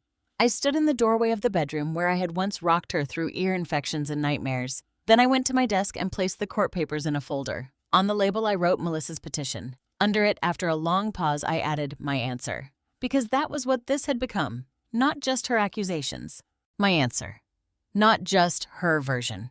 My truth. And for the first time since the envelope arrived, I felt ready to give it. The first time I met Daniel Foster, he came to my door wearing an expensive wool coat, polished shoes, and the uneasy smile of a man who had just realized he might have stepped into the wrong story. It was 3 days after Benjamin filed our response to Melissa's petition. I was in the living room sorting old photographs because Benjamin had told me to keep my days normal, not let the court papers turn my home into a waiting room. I had spread pictures across the coffee table Melissa at her kindergarten graduation, Richard holding a fish at Willow Lake Grace as a toddler, asleep against my chest on the porch swing. The doorbell rang just as I picked up a photo of Melissa at age 12, smiling with flour on her nose in my bakery kitchen. For a moment, I almost did not answer. These days, every knock sounded like trouble. When I looked through the window, I saw a man standing alone on my porch. He was not Ethan, not a relative, not anyone from church. He held a leather folder under one arm and kept checking the street as if he expected someone else to arrive. I opened the door with the chain still latched. "Mrs. Thompson?" he asked. "Yes, my name is Daniel Foster. I'm with Cascade Ridge Development Group." Every muscle in my body tightened. Behind him, the rain had turned the porch steps dark. His hair was damp at the temples, and he looked more uncomfortable than threatening, but his company's name was enough to make me grip the doorframe. "You need to leave," I said. He lifted one hand quickly. "I understand this may be unexpected. I was told I don't care what you were told." He paused, then lowered his voice. "I think that may be exactly why I'm here." I studied him through the gap in the door. "Who sent you?" "No one." "Not exactly." He glanced toward the driveway. "May I speak with you for 5 minutes? If you want me to leave after that, I will." Richard used to say that desperate men talk too fast and dishonest men talk too smoothly. Daniel Foster sounded like neither. He sounded worried. I left the chain in place. Talk from there. He nodded. "Fair enough." "Mrs. Thompson, my company received a formal notice from Benjamin Carter stating that any discussions involving your property or water rights must go through his office. That notice raised concerns internally because we had been led to believe your daughter and son-in-law were already authorized to move forward. The word struck even though Benjamin had warned me. Authorized by whom? Daniel's mouth tightened. That is part of the problem. I unlatched the chain slowly but did not step aside. "Were you told I had agreed to anything?" He hesitated just long enough to answer me without answering. "We were told your family was finalizing legal authority due to health-related limitations." Health-related limitations. How clean those words sounded. How ugly their meaning was. My health does not give Ethan Brooks permission to sell what is mine. Daniel nodded once. "I'm beginning to understand that." I opened the door wider. "You have 5 minutes." He stepped inside, carefully wiping his shoes on the mat without being asked. He looked around my living room, not with greed, but with the uncomfortable respect of someone entering a home where too much had happened. His eyes paused on the photographs on the coffee table. "Family?" he asked. "Yes," I said, though that word has become complicated. He did not pretend not to understand. We sat across from each other in the living room. I stayed near the armchair closest to the phone.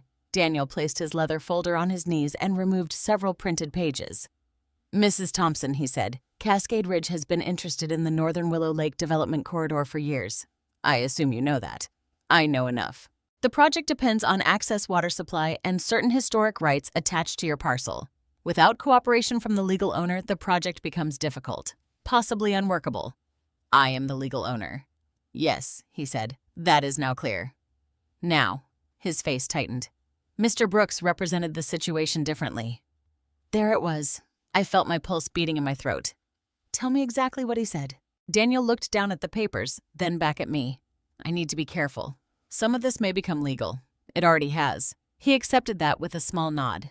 Ethan told us your daughter was assuming responsibility for your affairs. He said you were elderly, emotionally fragile, and no longer comfortable handling complex property matters. I gave a short laugh, though nothing was funny. I ran a bakery for 32 years and managed payroll before Ethan knew how to spell investment. Daniel had the decency to look ashamed. He also implied Daniel continued that obtaining your signature was only a procedural matter. A procedural matter, I repeated. My signature, my judgment, my consent, my life. Reduced to a step on Ethan's schedule. Daniel pulled a document from the folder. He sent preliminary information including maps, property descriptions, and notes about your family's intent to cooperate. Family's intent, I said. Not mine. No. Did he forge my signature? Not on anything we accepted, Daniel said quickly. But he did provide draft timelines that assumed your daughter would have authority before closing. I leaned back in the chair feeling cold. So he promised something he did not have. Yes. And your company believed him. Daniel's jaw tightened. We believed we were dealing with a family representative familiar with the owner's circumstances. That was our mistake. I looked toward Richard's photograph on the mantel. His eyes seemed to meet mine from behind the glass. Your mistake is helping destroy my family, I said quietly. Daniel did not defend himself. After a moment, he said, That is why I came personally. I turned back to him. He slid a printed email across the coffee table. This was sent by Ethan Brooks to one of our acquisition coordinators. I brought a copy because after receiving Mr. Carter's notice, I felt you had a right to know what had been said. I did not touch it at first. Then I reached forward. The email was from Ethan.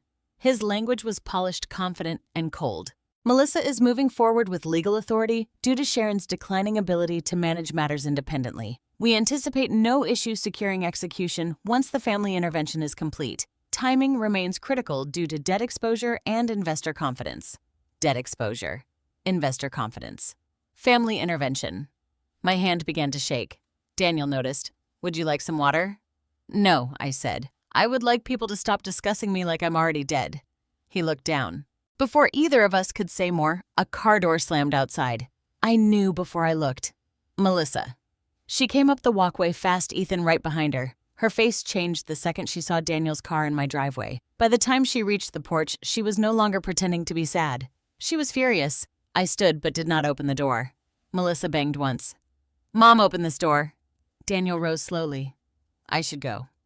No, I said. Stay where you are. Ethan appeared beside her, saw Daniel through the window, and his expression went blank with shock. That was worth remembering. I opened the door but kept my body blocking the entrance. Melissa's eyes darted past me. What is he doing here? I looked at Ethan. That is exactly what I was learning. Ethan forced a laugh. Daniel. This is inappropriate. Daniel's professional mask returned. Mr. Brooks. Melissa looked between them. You know each other? Ethan's jaw tightened. I turned to my daughter. Did you know Ethan told Cascade Ridge you were getting legal authority over my affairs? Her face paled then flushed. Mom, this is not something to discuss on the porch. It's my porch. Ethan stepped forward. Sharon, you're misunderstanding business communications. I held up the email. His eyes locked on the page. I understand this sentence, I said. Debt exposure and investor confidence. That doesn't sound like concern for my safety. Melissa looked at Ethan. Debt exposure. For the first time, I saw real uncertainty in her face, and in that instant, I understood something important. Melissa had known about the property. She had known about the plan to pressure me, but Ethan had not told her everything. He had wrapped his own desperation in the language of family responsibility and let her believe she was protecting their future, maybe even protecting herself. That did not make her innocent, but it meant Ethan's lies reached in more than one direction. Daniel cleared his throat. I'll be providing all relevant communications to Mr. Carter. Ethan snapped, You'll do no such thing without counsel. Daniel looked at him evenly. Our counsel has already been notified. The silence that followed was sharp enough to cut skin. Melissa turned to me, voice trembling. Mom, you don't understand what you're doing. No, I said. I finally understand what you've been doing. Her eyes filled. This time I thought the tears might be real, not because she was sorry for hurting me, but because she saw control slipping away. Ethan grabbed her arm. "We're leaving." She pulled back slightly. "Ethan, what debt?" He did not answer. I watched the two of them walk back to the car, and for the first time, they did not look united. They looked like two people tied together by a lie that was beginning to tear. Daniel stayed only long enough to give me his card and promised Benjamin would receive the documents by the end of the day. At the door, he paused. "Mrs. Thompson, for what it's worth, I'm sorry." I looked at the email in my hand. "Sorry does not undo harm," I said. "No," he admitted, "but the truth may help stop more of it." After he left, I locked the door and called Benjamin. When I read him the email, he went silent. Then he said, "Sharon, this changes the posture of the case. How it establishes financial motive clearly. And it shows Ethan expected Melissa to gain control after the so-called family intervention." I sat down slowly. "And Melissa, she is either complicit, deceived, or both. The court will need to hear it." I looked at the photographs still scattered across the coffee table. In one, little Melissa stood beside me in the bakery holding up a crooked cupcake with pride. Her smile was pure. Her eyes were bright. I touched that photo with one finger and felt something inside me ache. There had been a time when my daughter only wanted my attention. Now she wanted my authority. And Ethan wanted the one thing he could not buy without me, my consent. That evening, Grace came over after work. I showed her the email. She read it twice without speaking. Finally, she said, "So this was never about you being safe?" "No," I said. "It was about them being desperate." "Yes." She sat beside me and leaned her head on my shoulder like she had when she was small. "What are you going to do?" I looked toward the window, past the dark outline of the maple tree, toward the direction of Willow Lake miles away. "I'm going to tell the truth," I said. All of it. And for the first time, I was not afraid of what Melissa would do when she heard it. I was afraid of what would happen if I stayed silent. 2 days after Daniel Foster came to my house, Melissa took the last key she thought I still had. She did it in the ugliest way possible, not with shouting, not with another family meeting, but with silence. I woke up that Thursday to a cold, bright morning. The rain had finally stopped and sunlight came through the kitchen window in pale strips across the floor. For the first time in weeks, I felt almost steady. Benjamin had scheduled my independent evaluation for that afternoon. Grace had arranged to leave work early and drive me. Daniel Foster had sent his documents to Benjamin. Dr. Morris had provided her notes. Piece by piece, the truth was taking shape. Then I went to unlock the front door and found my spare key missing from the hook inside the entryway. At first, I thought I had moved it. That old fear rose instantly, the one Melissa had planted so carefully. Maybe I had set it down somewhere. Maybe I had forgotten. Maybe I was proving her right. I forced myself to breathe. No. I had hung it there the night before. I remembered because I had touched it before going upstairs and thought of Grace. I checked the small bowl on the side table, the kitchen counter, my purse, the drawer beneath the telephone. Nothing. Then I saw it. The back door was unlocked. Not open. Not damaged. Just unlocked. Someone had entered while I was asleep. I stood in the hallway, one hand pressed against the wall, listening to the silence of my own house. Nothing was broken. Nothing obvious was missing. But the air felt disturbed, as if someone had stepped into my private world and left fingerprints on the quiet. I called Grace first. She answered breathlessly. "Grandma, did you come by this morning?" "No." "Why?" "My spare key is gone." There was a terrible pause. Then she said, "Lock the doors. I'm coming. I have to get to the evaluation." "I know. I'm coming now." After we hung up, I walked through the house, slowly checking each room. Richard's office was still locked. The Willow Lake folder was not there anymore. Benjamin had it. My notebook was in my handbag because I had stopped leaving it out. The photographs and mail copies were also safe. Whoever came in had wanted the key, or wanted me to know they could still get inside. When Grace arrived, her face was pale with anger. She checked the back door, then the porch, then the driveway. "Mom did this," she said. "We don't know that." She looked at me. "Grandma." I sat down at the kitchen table. "I know." Grace closed her eyes for a moment, struggling with the same grief I had been carrying. Then she pulled out her phone and called Benjamin. She explained what happened while I sat there with both hands wrapped around a cup of tea I had not drunk. Benjamin's instruction was immediate. "Leave the house. Do not search further. Go to the evaluation. After that, come straight to my office. I'll advise on changing the locks and documenting the entry." Grace hung up and looked at me. "Pack anything you need for tonight. Tonight you're not staying here alone." I wanted to argue. The house was mine. I had already lost so much control. Leaving felt like giving Melissa one more victory. But then I looked toward the back door. Bravery and stubbornness are not the same thing. I packed a small overnight bag, medicine, clothes, toiletries, Richard's old sweater, and my notebook. Before leaving, I paused in the living room and looked around.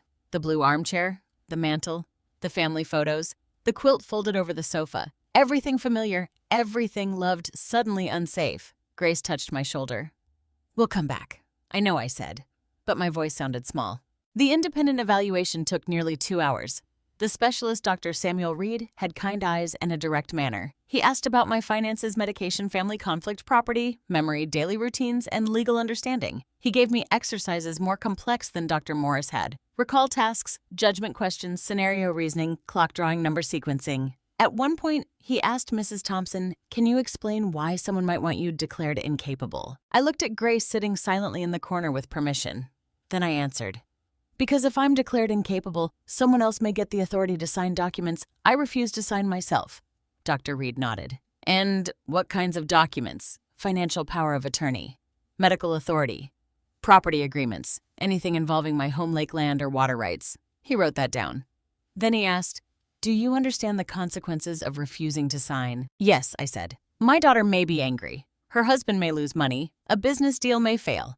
But those are not reasons to surrender my legal rights." Dr. Reed looked at me for a long moment. Then he said, "That is a clear answer." When the evaluation ended, Grace and I sat in her car without speaking. I was exhausted but not defeated. For weeks, Melissa had treated me like I could not think through a decision. Yet every honest professional who spoke with me seemed to understand what my own daughter refused to admit. I was older, I was grieving, I was frightened, but I was not incapable. On the way to Benjamin's office, Grace took a different route through town. We passed the bakery I had sold years earlier. It had a new name now, a modern black and white sign, and little outdoor tables where mine used to have flower boxes. For a moment, I saw myself 30 years younger, carrying trays before sunrise flower on my arms, Melissa doing homework at the corner table. "She used to be proud of me," I said softly. Grace glanced over. "She should still be." At Benjamin's office, everything moved quickly. He documented the missing key, advised me to change the locks immediately, and arranged for a locksmith he trusted. Grace insisted I stay at her apartment that night. "Your mother will hate that," I said. Grace gave a sad smile. "My mother hates anything she can't control." Benjamin also had news. "Cascade Ridge's counsel contacted me this morning," he said. "They are suspending all discussions involving the Willow Lake corridor until the guardianship matter is resolved." "So Ethan's deal is stalled?" Grace asked. Effectively, yes. I should have felt relief. Instead, I felt a chill. "Then he'll get desperate," I said. Benjamin did not deny it. That evening, Grace drove me to her apartment across town. It was small, but warm with houseplants in the windows and books stacked beside the sofa. She gave me her bedroom and insisted on sleeping in the living room. "I'm not taking your bed," I protested. "You absolutely are." "Grace." "Grandma." She sounded so much like Melissa used to that my heart twisted. I slept poorly. Every sound in the hallway woke me. Every passing car made me think of Ethan. Around midnight, I heard Grace crying softly from the living room. I wanted to go to her, but something told me she needed the dignity of private grief. In the morning, my phone showed 11 missed calls from Melissa. 1 voicemail. I played it on speaker while Grace stood beside me. Melissa's voice came through tight and furious. "Mom, I know Grace has you. This is exactly what I warned everyone about. She is isolating you from your family, and Benjamin Carter is filling your head with fear. You need to come home and talk to me before this gets worse. Ethan is under a lot of pressure because of what you've done, and you don't seem to care who you hurt. Call me."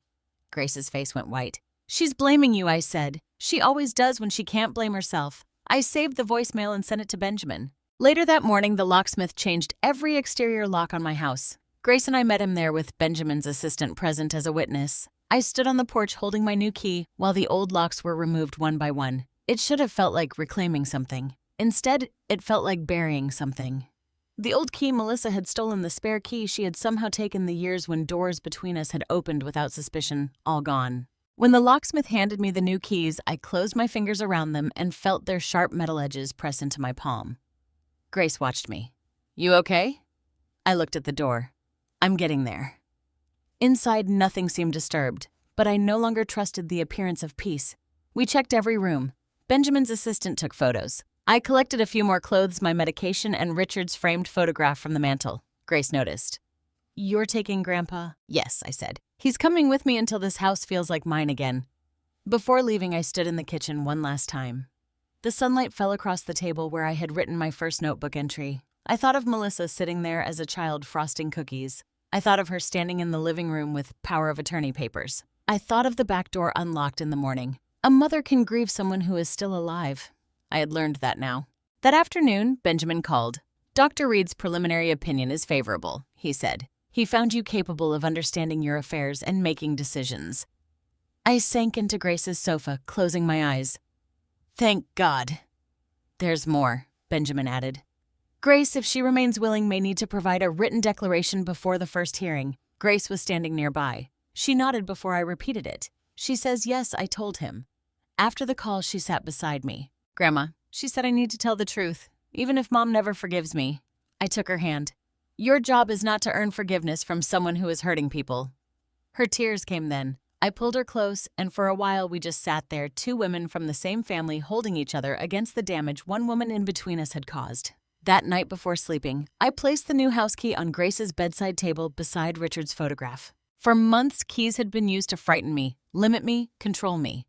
But this one felt different. This one did not mean Melissa had power. It meant she no longer had access. The first hearing was held on a Tuesday morning in a courthouse that smelled like wet coats, old wood, and anxiety. Grace drove me there before sunrise because neither of us wanted to risk being late. I wore a navy dress, low black shoes, and Richard's wedding ring on a thin chain beneath my collar. Mine was still on my finger, but his rested close to my heart. I told myself it was not superstition. It was courage I could touch. Benjamin met us near the courthouse entrance with a leather briefcase in one hand and my file tucked under his arm. He looked calm, but by then I knew him well enough to see when his mouth had gone tight.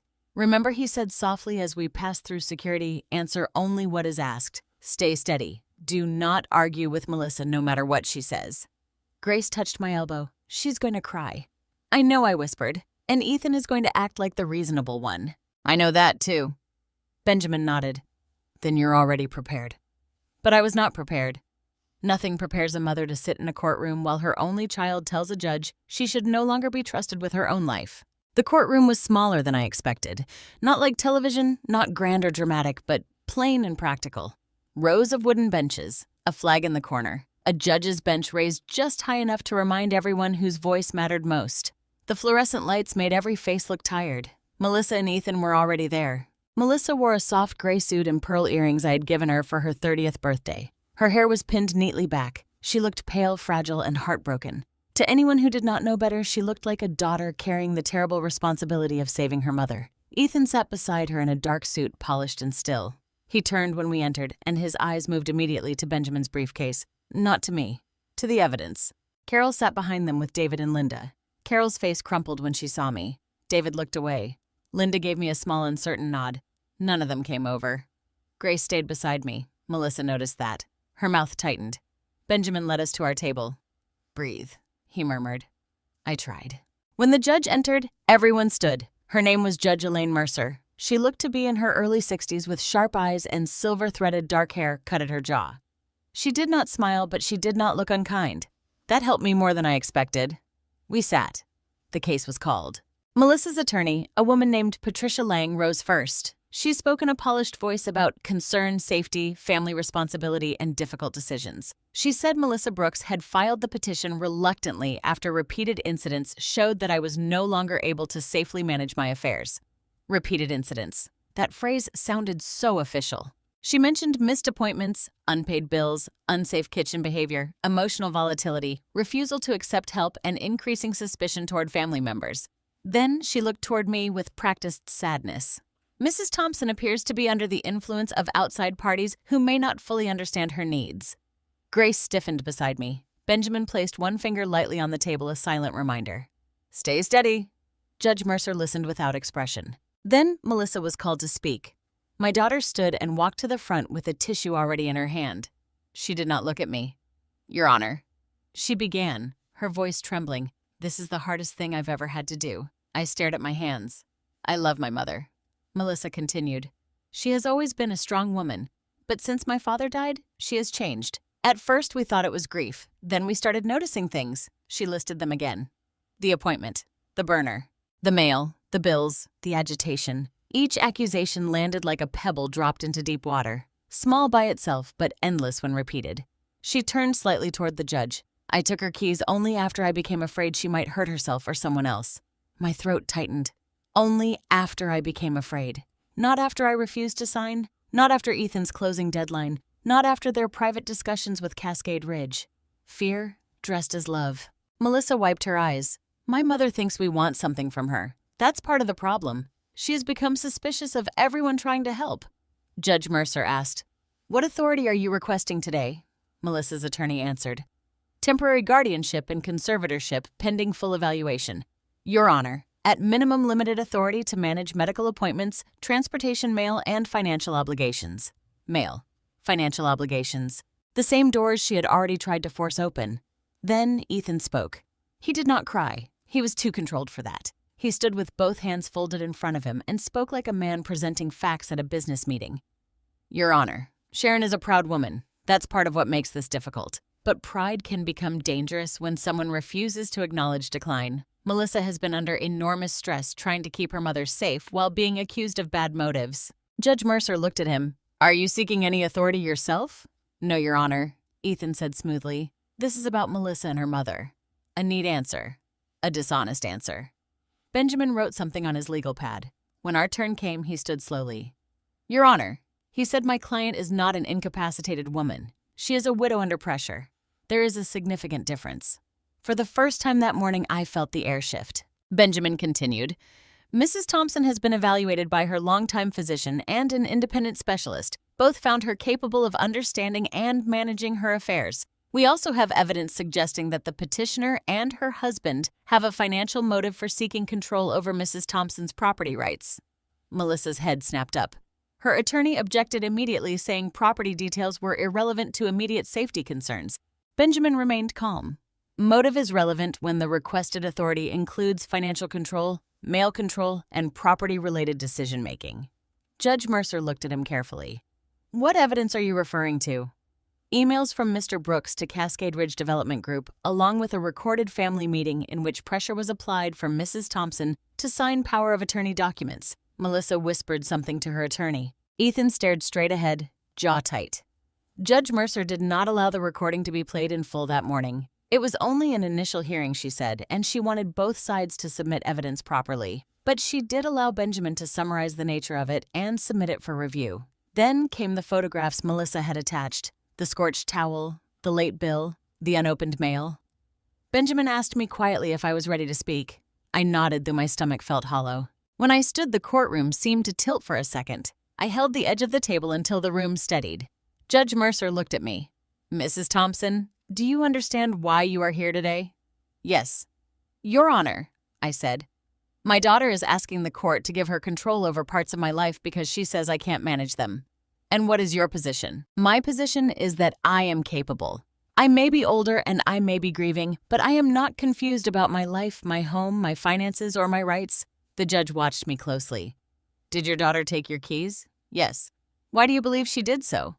I felt Melissa's eyes on me. I chose each word carefully. "I believe she wanted to make me dependent. I believe she and her husband wanted me to sign legal papers giving them authority. And I believe this is connected to property they need access to." Melissa began crying quietly. For a moment, the sound nearly broke me. Every mother knows the exact pitch of her child's pain, even when that child is grown, even when that child is causing harm. But then I remembered the unlocked back door, the missing key, Grace being blamed, the email. I stayed steady. Judge Mercer asked, "Do you deny leaving the stove on?" I deny knowingly leaving it on. I believe some incidents were arranged to make me appear unsafe. A murmur moved through the benches. Melissa's attorney stood. "Your Honor, this is exactly the paranoia we referenced." Benjamin rose. "Or it is an allegation supported by a documented pattern which we intend to prove." Judge Mercer lifted a hand. Both attorneys fell silent. Then she asked Mrs. Thompson, "Are you willing to undergo independent evaluation?" "I already have, Your Honor." Benjamin submitted the preliminary report. Judge Mercer read silently for what felt like an hour, though it was likely less than 2 minutes. Finally, she looked up. "I am not granting temporary guardianship today." My breath caught. Melissa turned sharply toward her attorney. Ethan's face went rigid. Judge Mercer continued. "However, given the seriousness of the allegations from both sides, I am setting a further evidentiary hearing. I want full submissions from both parties, including medical evaluations, recordings, financial communications, and witness statements." Her eyes moved from Melissa to me. Until then, Mrs. Thompson retains control over her affairs. No party is to interfere with her male residents' transportation, medical care, or property. The gavel sound was small, but to me it sounded like a door unlocking. As people stood, Melissa looked back at me. For the first time, she did not look sad. She looked cornered. Grace wrapped an arm around me as we left the courtroom. Benjamin walked on my other side. In the hallway, Carol approached with tears in her eyes.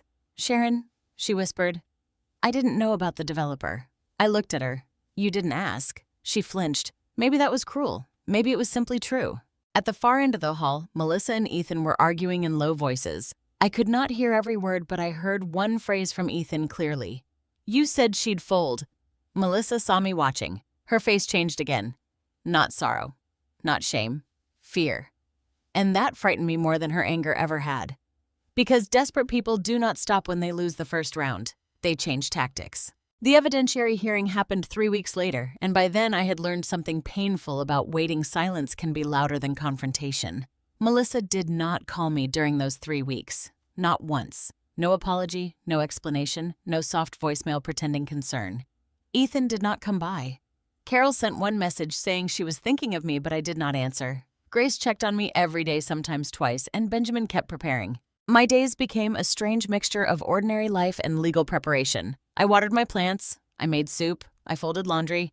Then I sat with Benjamin and reviewed recordings, emails, medical reports, notebook entries, and photographs of misplaced mail and medication. I lived between teacups and court documents, between memories of my daughter as a child and proof of the woman she had become. The morning of the second hearing, Grace arrived wearing a dark green dress and a face that looked older than 24. "You don't have to do this," I told her before we left. She gave me a sad smile. "You said that last time, and I'll say it again." "I know." She reached for my hand. "But I'm doing it." At the courthouse, Melissa looked different. The fragile sorrow from the first hearing was gone. She looked tired now, thinner somehow, her eyes shadowed beneath careful makeup.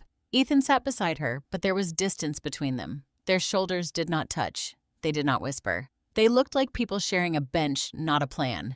That unsettled me more than if they had looked united. Benjamin had warned me that the judge would likely allow more evidence this time. He was right. Judge Mercer began by stating that she had reviewed the initial filings and was prepared to hear testimony concerning my capacity, the family's allegations, and any potential financial motive behind the petition. Potential financial motive? Melissa flinched at those words. Dr. Samuel Reed testified first. He was calm, precise, and impossible to rush. He explained the evaluation he had performed, the tests he used, and his conclusion that I understood my finances, medical decisions, property interests, and legal consequences. Melissa's attorney tried to suggest I could appear capable briefly while still being unsafe day to day. Dr. Reed nodded. That can happen in some cases. Melissa looked relieved for half a second. Then, Dr. Reed continued. However, Mrs. Thompson demonstrated consistent reasoning, memory function within expected range, and clear understanding of her circumstances. I found no basis to conclude she lacks capacity to make her own decisions. I closed my eyes, not because I was surprised, because hearing the truth spoken clearly in a room full of doubt felt like water after thirst. Dr. Morris's written statement was entered next. She confirmed there was no medical reason to restrict my independence based on her recent examination. She also noted that I had expressed concerns about family pressure and possible interference with mail and medication. Then, Melissa testified again. This time, her voice was less polished. She said she had acted out of fear. She said I had become suspicious. She said Grace had been turned against her. She said Benjamin Carter was an old family friend and perhaps too emotionally involved. She said Ethan's business communications had nothing to do with her petition. Benjamin rose for cross-examination. He did not attack her. That somehow made it worse. Mrs. Brooks, he began. Did you take your mother's keys without her consent? Melissa's lips pressed together. Yes, for safety. Did a court authorize you to do that? No. Did a doctor instruct you to do that? No. But did your mother ask you to manage her transportation? No. He let the silence sit. Then he asked, did you bring power of attorney documents to your mother's house during what you called a family intervention? Melissa looked at her attorney. Yes. Did those documents include financial authority? Yes. Medical authority? Yes. Property-related authority? Her voice dropped. Yes. Benjamin picked up a paper. Did you tell Janet Reeves, the senior care placement consultant, that your mother had agreed to discuss supportive living? Melissa swallowed. I may have said she was open to it. Was she? Melissa did not answer. Judge Mercer looked over her glasses. Mrs. Brooks. No, Melissa said. Something in the room shifted. Benjamin continued. Did you know your husband had been communicating with Cascade Ridge Development Group regarding your mother's lake property? Yes. Did you know he had represented that you would soon have legal authority over your mother's affairs? Melissa's eyes moved toward Ethan. I knew he was discussing possibilities. That was not my question. Her face tightened. I did not know exactly what he wrote. Benjamin lifted the email. Did you know he referred to your family intervention as a step toward securing execution of documents? Melissa's voice broke. No. For the first time that day, I believed her. Not fully, not enough to excuse her, but enough to see that Ethan's ambition had run even ahead of her betrayal. Then Benjamin asked, did you know the project depended on water rights controlled solely by your mother? Melissa looked down. Yes, she whispered. The word struck me harder than I expected. She had known. Maybe not everything. Maybe not the debt exposure, not every email, not every promise. But she had known enough. Benjamin's voice remained quiet. And did you believe gaining authority over your mother's affairs would make it easier to deal with those rights? Melissa began crying. Her attorney objected, but Judge Mercer allowed the question. Melissa wiped her face. I thought if everything was handled properly, it could help all of us. All of us, Benjamin repeated, including Ethan's investors. Ethan stood halfway. This is ridiculous. Judge Mercer's voice cut through the room. Mr. Brooks, sit down. He sat. Melissa looked smaller than I had ever seen her. Then came the recording. Benjamin did not play all 46 minutes. He played selected portions, each one marked by timestamp. My living room filled the courtroom through a speaker. Melissa's voice. Mom, we are asking you to sign a temporary financial and medical power of attorney. My voice. Property matters. Ethan's voice. There are responsibilities attached to land ownership. Sharon, Melissa's voice. Guardianship may become necessary. Ethan's voice. Sign tonight, and this stays private. Then, the one that made even the clerk look up. My voice. What are you trying to protect, me or Ethan's deal? Ethan's voice. Careful, Sharon. Silence followed. Not ordinary silence. The kind that happens when a lie loses its shape. Melissa stared at the table. Ethan stared at Benjamin. Carol began crying softly behind them. Then Benjamin called Grace. Watching my granddaughter walk to the witness chair hurt in a way I had no words for. She looked young and brave and devastated. She raised her hand, swore to tell the truth, and sat with both feet planted firmly on the floor. Benjamin asked her to describe what she had witnessed. Grace spoke clearly. She told the judge about the Sunday dinner, the keys, Melissa calling me a burden. She described how her mother had talked about me to relatives, neighbors, and others as if my decline had already been proven. She told the court about the spare key she had given me and how later that key disappeared after someone entered through the back door. Melissa covered her mouth. Then Benjamin asked, did you overhear any conversation involving Ethan Brooks? Grace nodded. Her voice trembled for the first time. I heard him say the closing date wouldn't move again. He said they either needed to get her signature or lose the whole thing. Then he said Melissa was handling the competency angle. The words landed like stones. Competency angle. Judge Mercer wrote something down. Melissa whispered, Grace. Grace looked at her mother, tears in her eyes. Don't. One word, small but final.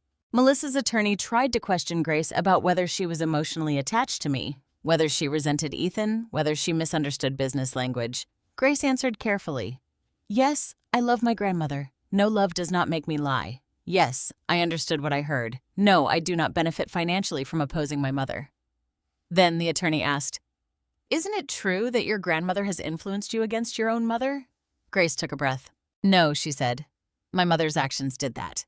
Melissa began sobbing then. I wanted to look away, but I did not. Because part of telling the truth is refusing to hide from its cost. Daniel Foster's documents were admitted after that, along with a written statement confirming Ethan's unauthorized representations to Cascade Ridge.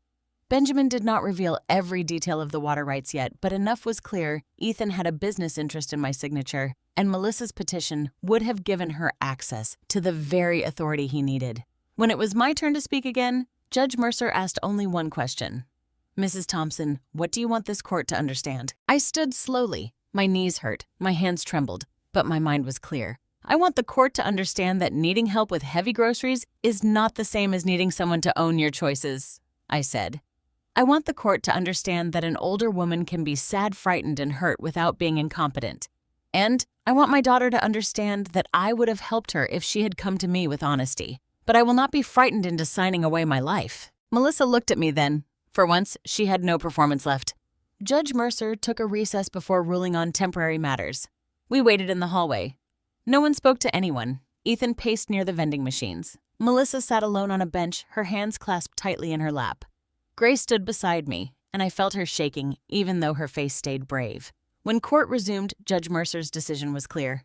The petition for temporary guardianship and conservatorship remained denied. A full dismissal would be considered after final submissions, but she stated there was substantial evidence of coercion and financial motive. She ordered that Melissa and Ethan have no authority over my male residents' finances, medical care, or property. She warned them against further interference. Then she looked directly at Melissa.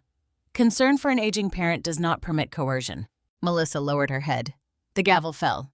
Outside the courtroom, Ethan did not wait for her. He walked ahead, phone already in hand, anger stiff in his back.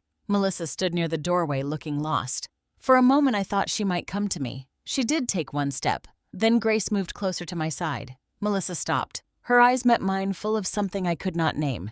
Shame, fear, resentment, grief, maybe all of it. But she said nothing. And silence, I realized, can be an answer too. The final truth about Willow Lake came out on a Thursday afternoon in a room where everyone finally understood what my daughter had been trying to take. It was not just land. It was not just money. It was power. Benjamin had warned me before court that this part would feel different. Until now, he said, standing beside me in the courthouse hallway, we have focused on your capacity and their coercion. Today, we explain why they wanted control badly enough to risk all of this. Grace stood on my other side, holding a folder of her written statement. "Will they talk about the water rights?"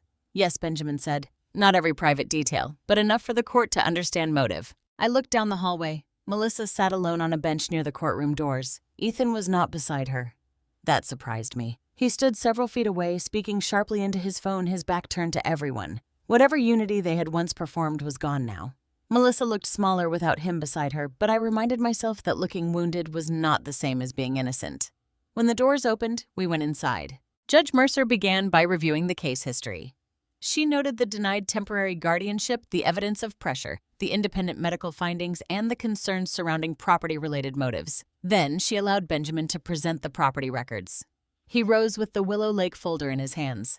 I felt Richard with me in that moment, not in a ghostly way, not as something dramatic, but in the quiet strength of preparation. Years before his death, he had built a legal wall around me with paper signatures, filings, and love. Now that wall was finally being seen. Benjamin placed a large survey map on an easel. "This," he said, "is the Thompson parcel north of Willow Lake." The map showed roads, boundary lines, wooded acreage, and the narrow route leading toward the northern corridor. I had seen it many times at my kitchen table with Richard, but in the courtroom it looked different. Official, unemotional, hard to deny. Benjamin continued, "Mrs. Thompson owns the home on Maple Ridge Road, 12 acres north of Willow Lake, and associated historic water rights connected to a natural spring and access corridor. These rights are not incidental. They are central to the feasibility of a proposed development project by Cascade Ridge Development Group." Melissa stared at the map. Ethan stopped writing. Benjamin placed another document into evidence. "Without Mrs. Thompson's voluntary consent, access to this water route cannot be transferred or leased. No family member can sign on her behalf unless legally authorized." Judge Mercer looked toward Melissa's table. "And the requested conservatorship would have allowed Mrs. Brooks to manage such matters." Benjamin nodded. "Yes, Your Honor. That is one reason the requested financial authority is significant." Melissa's attorney stood. "My client was seeking authority to help with bills and medical care, not to enrich herself." Benjamin turned a page calmly. "Then it is curious that Ethan Brooks had already communicated with Cascade Ridge regarding execution timelines, authority, investor confidence, and debt exposure." The phrase debt exposure seemed to strike Ethan like a slap. He looked toward his attorney, who was not there because Ethan had not formally become a separate party. He had thought, I believed that he could stand behind Melissa and never be fully seen. That illusion was ending. Benjamin called Daniel Foster. Daniel entered wearing another expensive coat, but this time there was no uneasy smile. He looked serious, prepared, and careful. Under oath, he confirmed that Ethan Brooks had communicated with Cascade Ridge about the Willow Lake corridor. He confirmed that Ethan had represented Melissa as someone who was expected to gain authority over my affairs. He confirmed that the project's timeline depended on resolving access to the Thompson rights. Then, Benjamin asked, "Did Mr. Brooks ever provide documentation showing that Mrs. Thompson had authorized him to negotiate?" No, Daniel said. Did he ever provide documentation showing Melissa Brooks had authority? No. Did he imply such authority was forthcoming? Yes.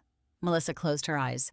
Benjamin asked, what changed after my office sent formal notice? Daniel answered Cascade Ridge suspended all discussions and began internal review. We determined that continuing based on Mr. Brooks's representations would be inappropriate. Ethan shifted in his chair. Then came the question that made the whole courtroom still. Mr. Foster, Benjamin said, was Cascade Ridge aware that Mrs. Thompson personally opposed transferring or leasing these rights? No, Daniel said. We had been led to believe she was either in agreement or not capable of independently handling the matter. There it was. The entire lie in one sentence. Either I agreed or I did not count. Melissa's attorney tried to soften the damage by asking Daniel whether development negotiations often involve family representatives. He said yes. She asked whether Ethan had signed any final contract. Daniel said no. She asked whether Cascade Ridge had paid Ethan directly. Daniel said not to his knowledge. But the damage was done. Benjamin then presented Ethan's email again. This time, the full excerpt was read aloud. Melissa is moving forward with legal authority due to Sharon's declining ability to manage matters independently. We anticipate no issue securing execution once the family intervention is complete. Timing remains critical due to debt exposure and investor confidence. Hearing it in court made my stomach twist. Family intervention. As if the night they surrounded me in my own living room had been nothing more than a business step. Judge Mercer looked toward Ethan. Mr. Brooks, you may be called to answer questions. For the first time since I had known him, Ethan looked truly afraid. He took the stand reluctantly. His answers were polished at first. He said he was only trying to help facilitate a possible opportunity. He said he believed Melissa was acting in her mother's best interest. He said financial references in the email related to general investment context, not personal desperation. Benjamin let him speak. Then he asked Mr. Brooks, are you currently under financial pressure connected to real estate investments? Ethan's attorney, who had now hurried in after being called during the recess, objected. Judge Mercer allowed a limited answer. Ethan's jaw tightened. Like many investors, I have obligations. Did you or entities connected to you stand to benefit if the Willow Lake development moved forward? Yes, potentially. Did you disclose that potential benefit in Melissa Brooks's guardianship petition? I was not the petitioner. Did Melissa disclose it? Ethan looked at her. Melissa looked down. Benjamin continued. Did you encourage Melissa to seek authority over Sharon Thompson's financial and property affairs? I encouraged my wife to protect her mother. That is not what I asked. Ethan's mask cracked. I encouraged her to take necessary steps, he said. Necessary for Sharon's safety or necessary for your closing deadline? Ethan did not answer. The silence was answer enough. Then Benjamin called me. I walked to the witness chair slowly with the map of Willow Lake still visible from the corner of my eye. I raised my hand. I swore to tell the truth. Then I sat and looked at my daughter.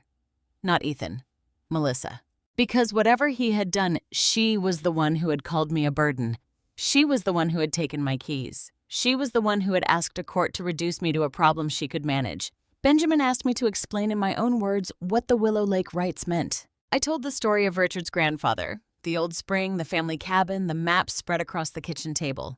Richard's warning that money changes the way people see older women. I explained that I had turned down development interest before because I did not want to be rushed. I explained that I had never authorized Melissa or Ethan to negotiate. Then, Benjamin asked Mrs. Thompson, would you have considered helping your daughter if she had come to you honestly? The question pierced me. Yes, I said. Melissa looked up. I would have listened. I continued. I would have asked questions. I might have helped in some way if she was in trouble. That is what mothers do. But she did not come to me as a daughter. She came to me as someone trying to remove my right to say no. The courtroom was silent. Benjamin asked, have you taken steps regarding the water rights since this began? Yes. What steps? With your help, I placed them into a protective trust structure that prevents any transfer, sale, or lease unless I personally approve it after independent legal review. Ethan's face changed completely. Melissa turned toward him confused. What? He whispered something harshly, but she pulled away. Benjamin continued. So even if someone pressured you, they could not force it through without safeguards. And if someone obtained temporary authority over you, the trust would still require independent review. Benjamin nodded. Thank you. As I stepped down, I saw Melissa staring at me as though I had become someone she did not recognize. Maybe I had. Maybe for the first time she was seeing not the grieving widow, not the aging mother, not the burden she named me, but the woman Richard had trusted. The woman I had always been. Melissa asked to speak again. Her attorney looked nervous, but Judge Mercer allowed a brief statement. Melissa stood hands trembling. I didn't know about the trust. No, I said softly before I could stop myself. Judge Mercer looked at me but did not reprimand me. Melissa's eyes filled. I didn't know Ethan had written it that way. Grace stiffened beside me. Melissa turned toward the judge. I thought if I got control for a little while I could fix things. Ethan said we were running out of time. He said Mom didn't understand what she was sitting on. He said she would thank us later. The words thank us later were almost too much. I closed my eyes. That is how people justify cruelty. They imagine gratitude from the person they are harming. Melissa looked at me. Mom, I knew the land mattered. I knew it could help us. But I didn't think... You didn't think of me, I said quietly. Her face crumpled. Judge Mercer called for order, though no one had spoken loudly. After final arguments, she said she would issue written orders soon, but her words that day left no mystery. She stated that the evidence strongly suggested the petition was intertwined with financial pressure and property interests. She stated there was no credible medical basis to remove my decision-making authority. She stated that any further attempts to interfere with my property male residence or autonomy could result in sanctions or referral for investigation. Ethan left the courtroom before Melissa. He did not wait for her again. This time, she watched him go. I saw something break in her face, not repentance, not yet, but realization. Outside the courthouse, Grace and I stood beside Benjamin on the steps. The clouds had parted just enough for a thin strip of sunlight to fall across the street. Grace asked, "Is it over?" Benjamin looked at me. Legally, almost. Emotionally, that may take longer. I looked toward the parking lot where Melissa stood alone, holding her purse against her chest. For months, she had wanted what I owned, but in trying to take it, she had lost something no court could restore for her. My trust. The court's written order arrived 9 days later. Benjamin called me before the mail came because the order had been sent to his office first. I was standing in Grace's kitchen, folding one of Richard's old sweaters over the back of a chair when my phone rang. For a second, I just stared at his name on the screen, afraid to answer, even though I knew the hearing had gone well. Grace was making coffee. She turned when the phone rang and mouthed, "Is it him?" I nodded. Then I answered. Benjamin did not make me wait. "Sharon," he said, "the petition is dismissed." I closed my eyes. The world did not explode into joy. There were no fireworks, no great dramatic cry of victory. Instead, relief moved through me slowly like warmth returning to fingers that had been cold too long. Dismissed. One word. One door closing. One life returned to its owner. Grace set the coffee pot down hard enough that it splashed. "What did he say?" I covered the phone and whispered, "Dismissed." She burst into tears before I did. Benjamin continued. Judge Mercer's order is very clear. She found no basis for guardianship or conservatorship. She also noted credible evidence of coercive conduct and improper financial motive. Melissa and Ethan are prohibited from interfering with your male resident's medical care, transportation, finances, or property. I sat down because my knees suddenly felt weak. "Is it over?" I asked. "The guardianship case is over," Benjamin said, "but there may be further consequences." "What kind?" "The court has referred certain concerns for review. I expect Cascade Ridge may pursue its own remedies regarding Ethan's misrepresentations. Whether law enforcement becomes involved depends on what is uncovered." I looked at Grace. Her face was pale and wet with tears, and Melissa Benjamin paused. "She has avoided the authority she sought. Whether she avoids consequences will depend on what investigators and the company determine. But Sharon, for your purposes, she cannot control you. She cannot control you." Those words should have made me feel powerful. Instead, they made me feel old. Not weak, just tired in a way that reached beyond the body. After we hung up, Grace wrapped her arms around me. I held her tightly, and for a long while, neither of us spoke. There are some victories that still leave you grieving what had to be fought for. Later that afternoon, Benjamin's assistant drove a copy of the order to Grace's apartment because Benjamin did not want me hearing about it only over the phone. I read every page. My name appeared again and again. Sharon Thompson retains full authority. No medical basis for incapacity. Evidence suggests pressure related to property interest. Petition dismissed. I ran my fingers over the words the way some people touch scripture. Then I placed the order beside Richard's photograph. "You were right," I whispered to him. "You were right to protect me." Grace did not hear me, or if she did, she was kind enough to pretend she hadn't. The next day, Cascade Ridge formally withdrew from all discussions involving Ethan Brooks. Daniel Foster sent a letter through Benjamin, not to me directly. It stated that the company considered all prior communications with Ethan unauthorized and unreliable. It also apologized for any distress caused by the company's failure to verify authority sooner. Benjamin said the apology was carefully worded by lawyers, but I read it anyway. Sorry does not undo harm, but it can mark the place where a lie finally stops moving forward.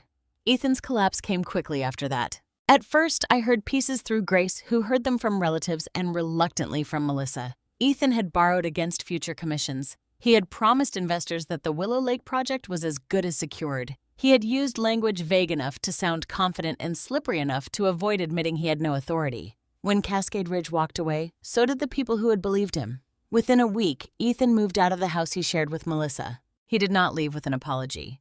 Men like Ethan rarely do. He left with 2 suitcases, a laptop bag, and the same cold dignity he had used while trying to take mine. According to Grace, he told Melissa she had failed to manage her mother and had let emotion ruin everything. When Grace told me that, I felt a sharp pain in my chest, not sympathy for Ethan, but for the daughter I had once raised, because Melissa had betrayed me. But Ethan had used her too. That did not erase her choices. It did not soften the sound of the word burden. It did not give back the nights I spent afraid in my own house. Still, truth is rarely simple enough to fit in one box. Melissa had been both cruel and deceived, both greedy and frightened, both responsible and abandoned by the man whose ambition she had served. 3 days after Ethan left her, Melissa came to my house. I had moved back by then. Grace helped me carry my things home after the locks were changed and Benjamin's order was safely filed. Walking through the front door again felt strange. The house was mine, but I had changed while away from it. Every room looked familiar, yet I saw everything differently.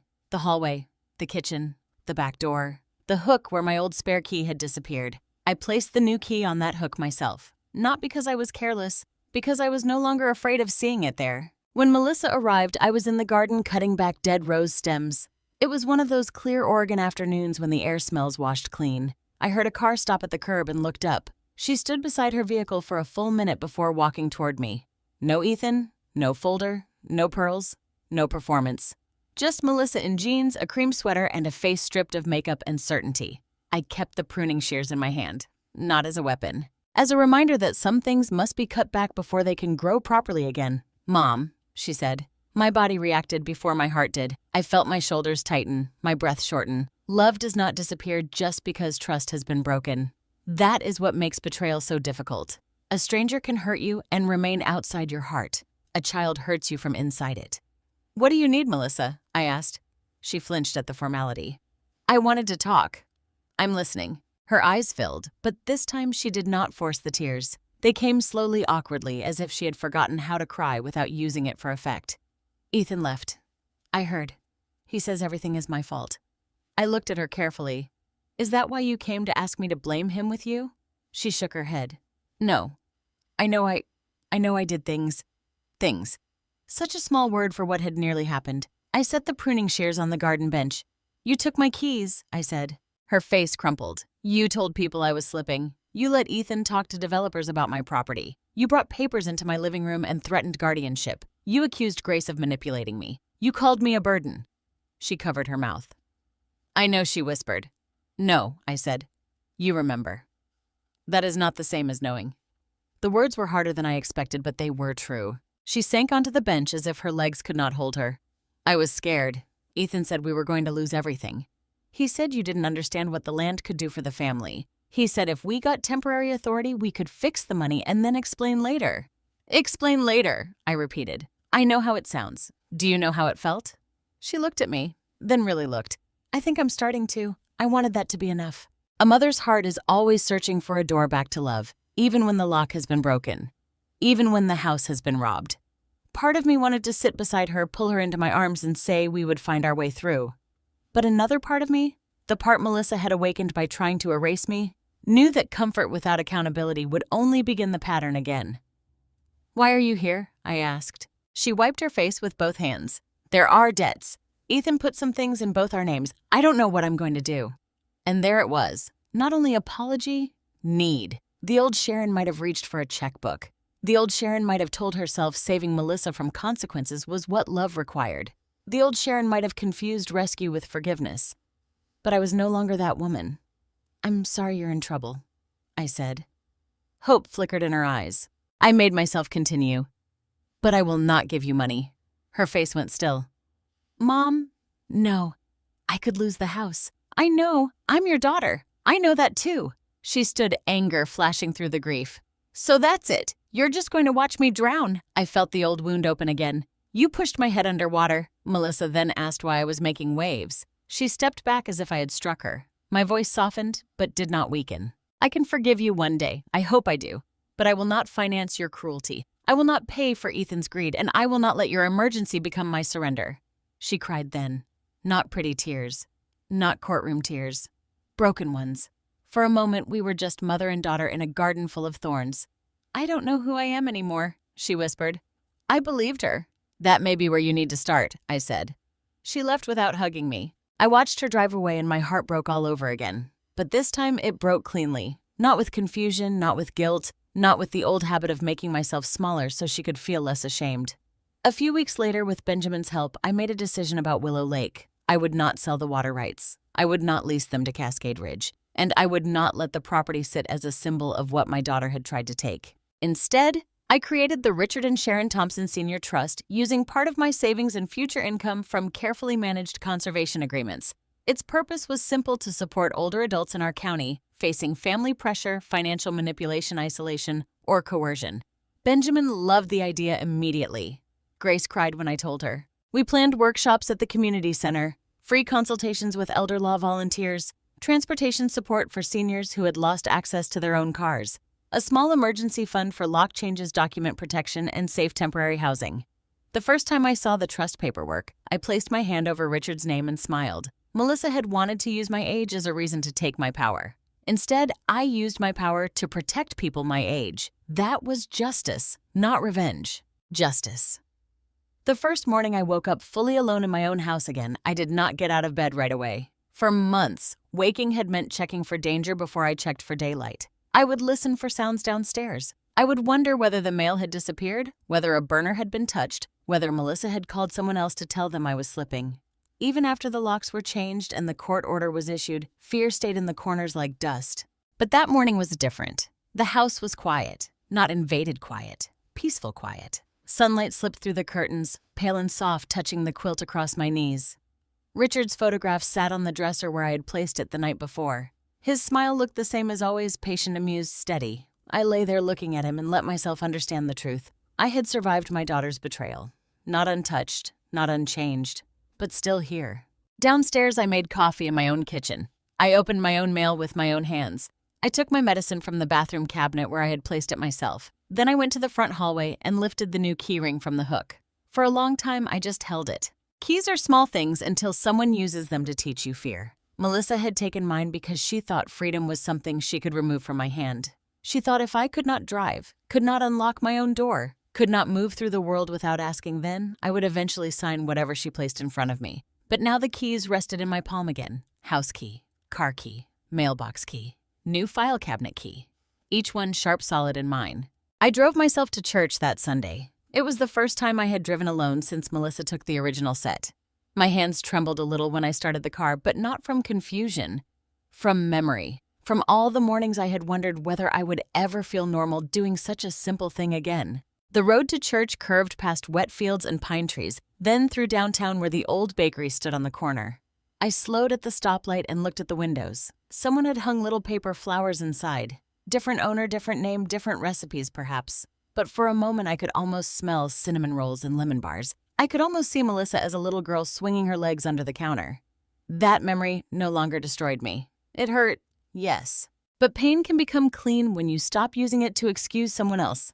At church, people looked at me differently. Some with embarrassment, some with curiosity, some with quiet respect. Carol came toward me after the service, twisting a tissue in her hands. "Sharon," she said, "I owe you an apology." I looked at her carefully. "I believed things I should have questioned," she continued. Melissa sounded so worried, and I thought I was helping. "You were helping the wrong story," I said. She nodded, tears in her eyes. "I know." I accepted her apology, but I did not pretend everything was repaired. That was another thing I had learned. Forgiveness does not require pretending damage was small. Sometimes forgiveness is simply deciding not to carry poison while still keeping the fence exactly where it belongs. Grace came over that afternoon with a folder full of ideas for the Senior Trust. She had thrown herself into it with the same intensity Richard once brought to repairing broken engines. She had researched local elder advocacy groups, transportation programs, community centers, and volunteer attorneys. She had made spreadsheets, calendars, and lists of possible names for workshops. "Grandma," she said, spreading papers across the kitchen table, "do you know how many seniors don't report family financial pressure because they're afraid no one will believe them?" "I have an idea," I said softly. Her face softened. "I know you do." We decided the Trust's first public program would be called Keys Back. Grace came up with the name. "It should be about more than legal help," she said. "It should be about giving people back access to their own lives." So Keys Back became the beginning. We partnered with this county community center. Benjamin recruited 2 retired attorneys to volunteer once a month. Dr. Morris agreed to speak about the difference between normal aging and actual incapacity. A locksmith from town offered discounted services for seniors dealing with unsafe family access. A local bank manager volunteered to explain account protections and warning signs of financial manipulation. The first meeting was held in a plain room with folding chairs, coffee urns, and cookies I baked myself. I had not baked for a crowd in years. The night before, I stood in my kitchen making oatmeal raisin cookies, lemon bars, and small apple hand pies. At first, my hands felt stiff and uncertain. Then, muscle memory returned. Flour, butter, sugar, cinnamon. The old rhythm came back like a song I thought I had forgotten. Grace arrived early and found me rolling dough. She leaned against the doorway and smiled. "You look happy." I thought about that. "I think I am," I said. Not because everything was fixed. Melissa had not come back. Ethan was facing financial and possibly legal consequences. My family remained fractured in ways I did not know how to mend. But happiness, I discovered, does not always wait for life to become whole. Sometimes it returns in small pieces while you are busy doing something meaningful. At the first Keys Back meeting, 12 people came, then 18 the next month, then 31. Some came with daughters who truly cared. Some came alone.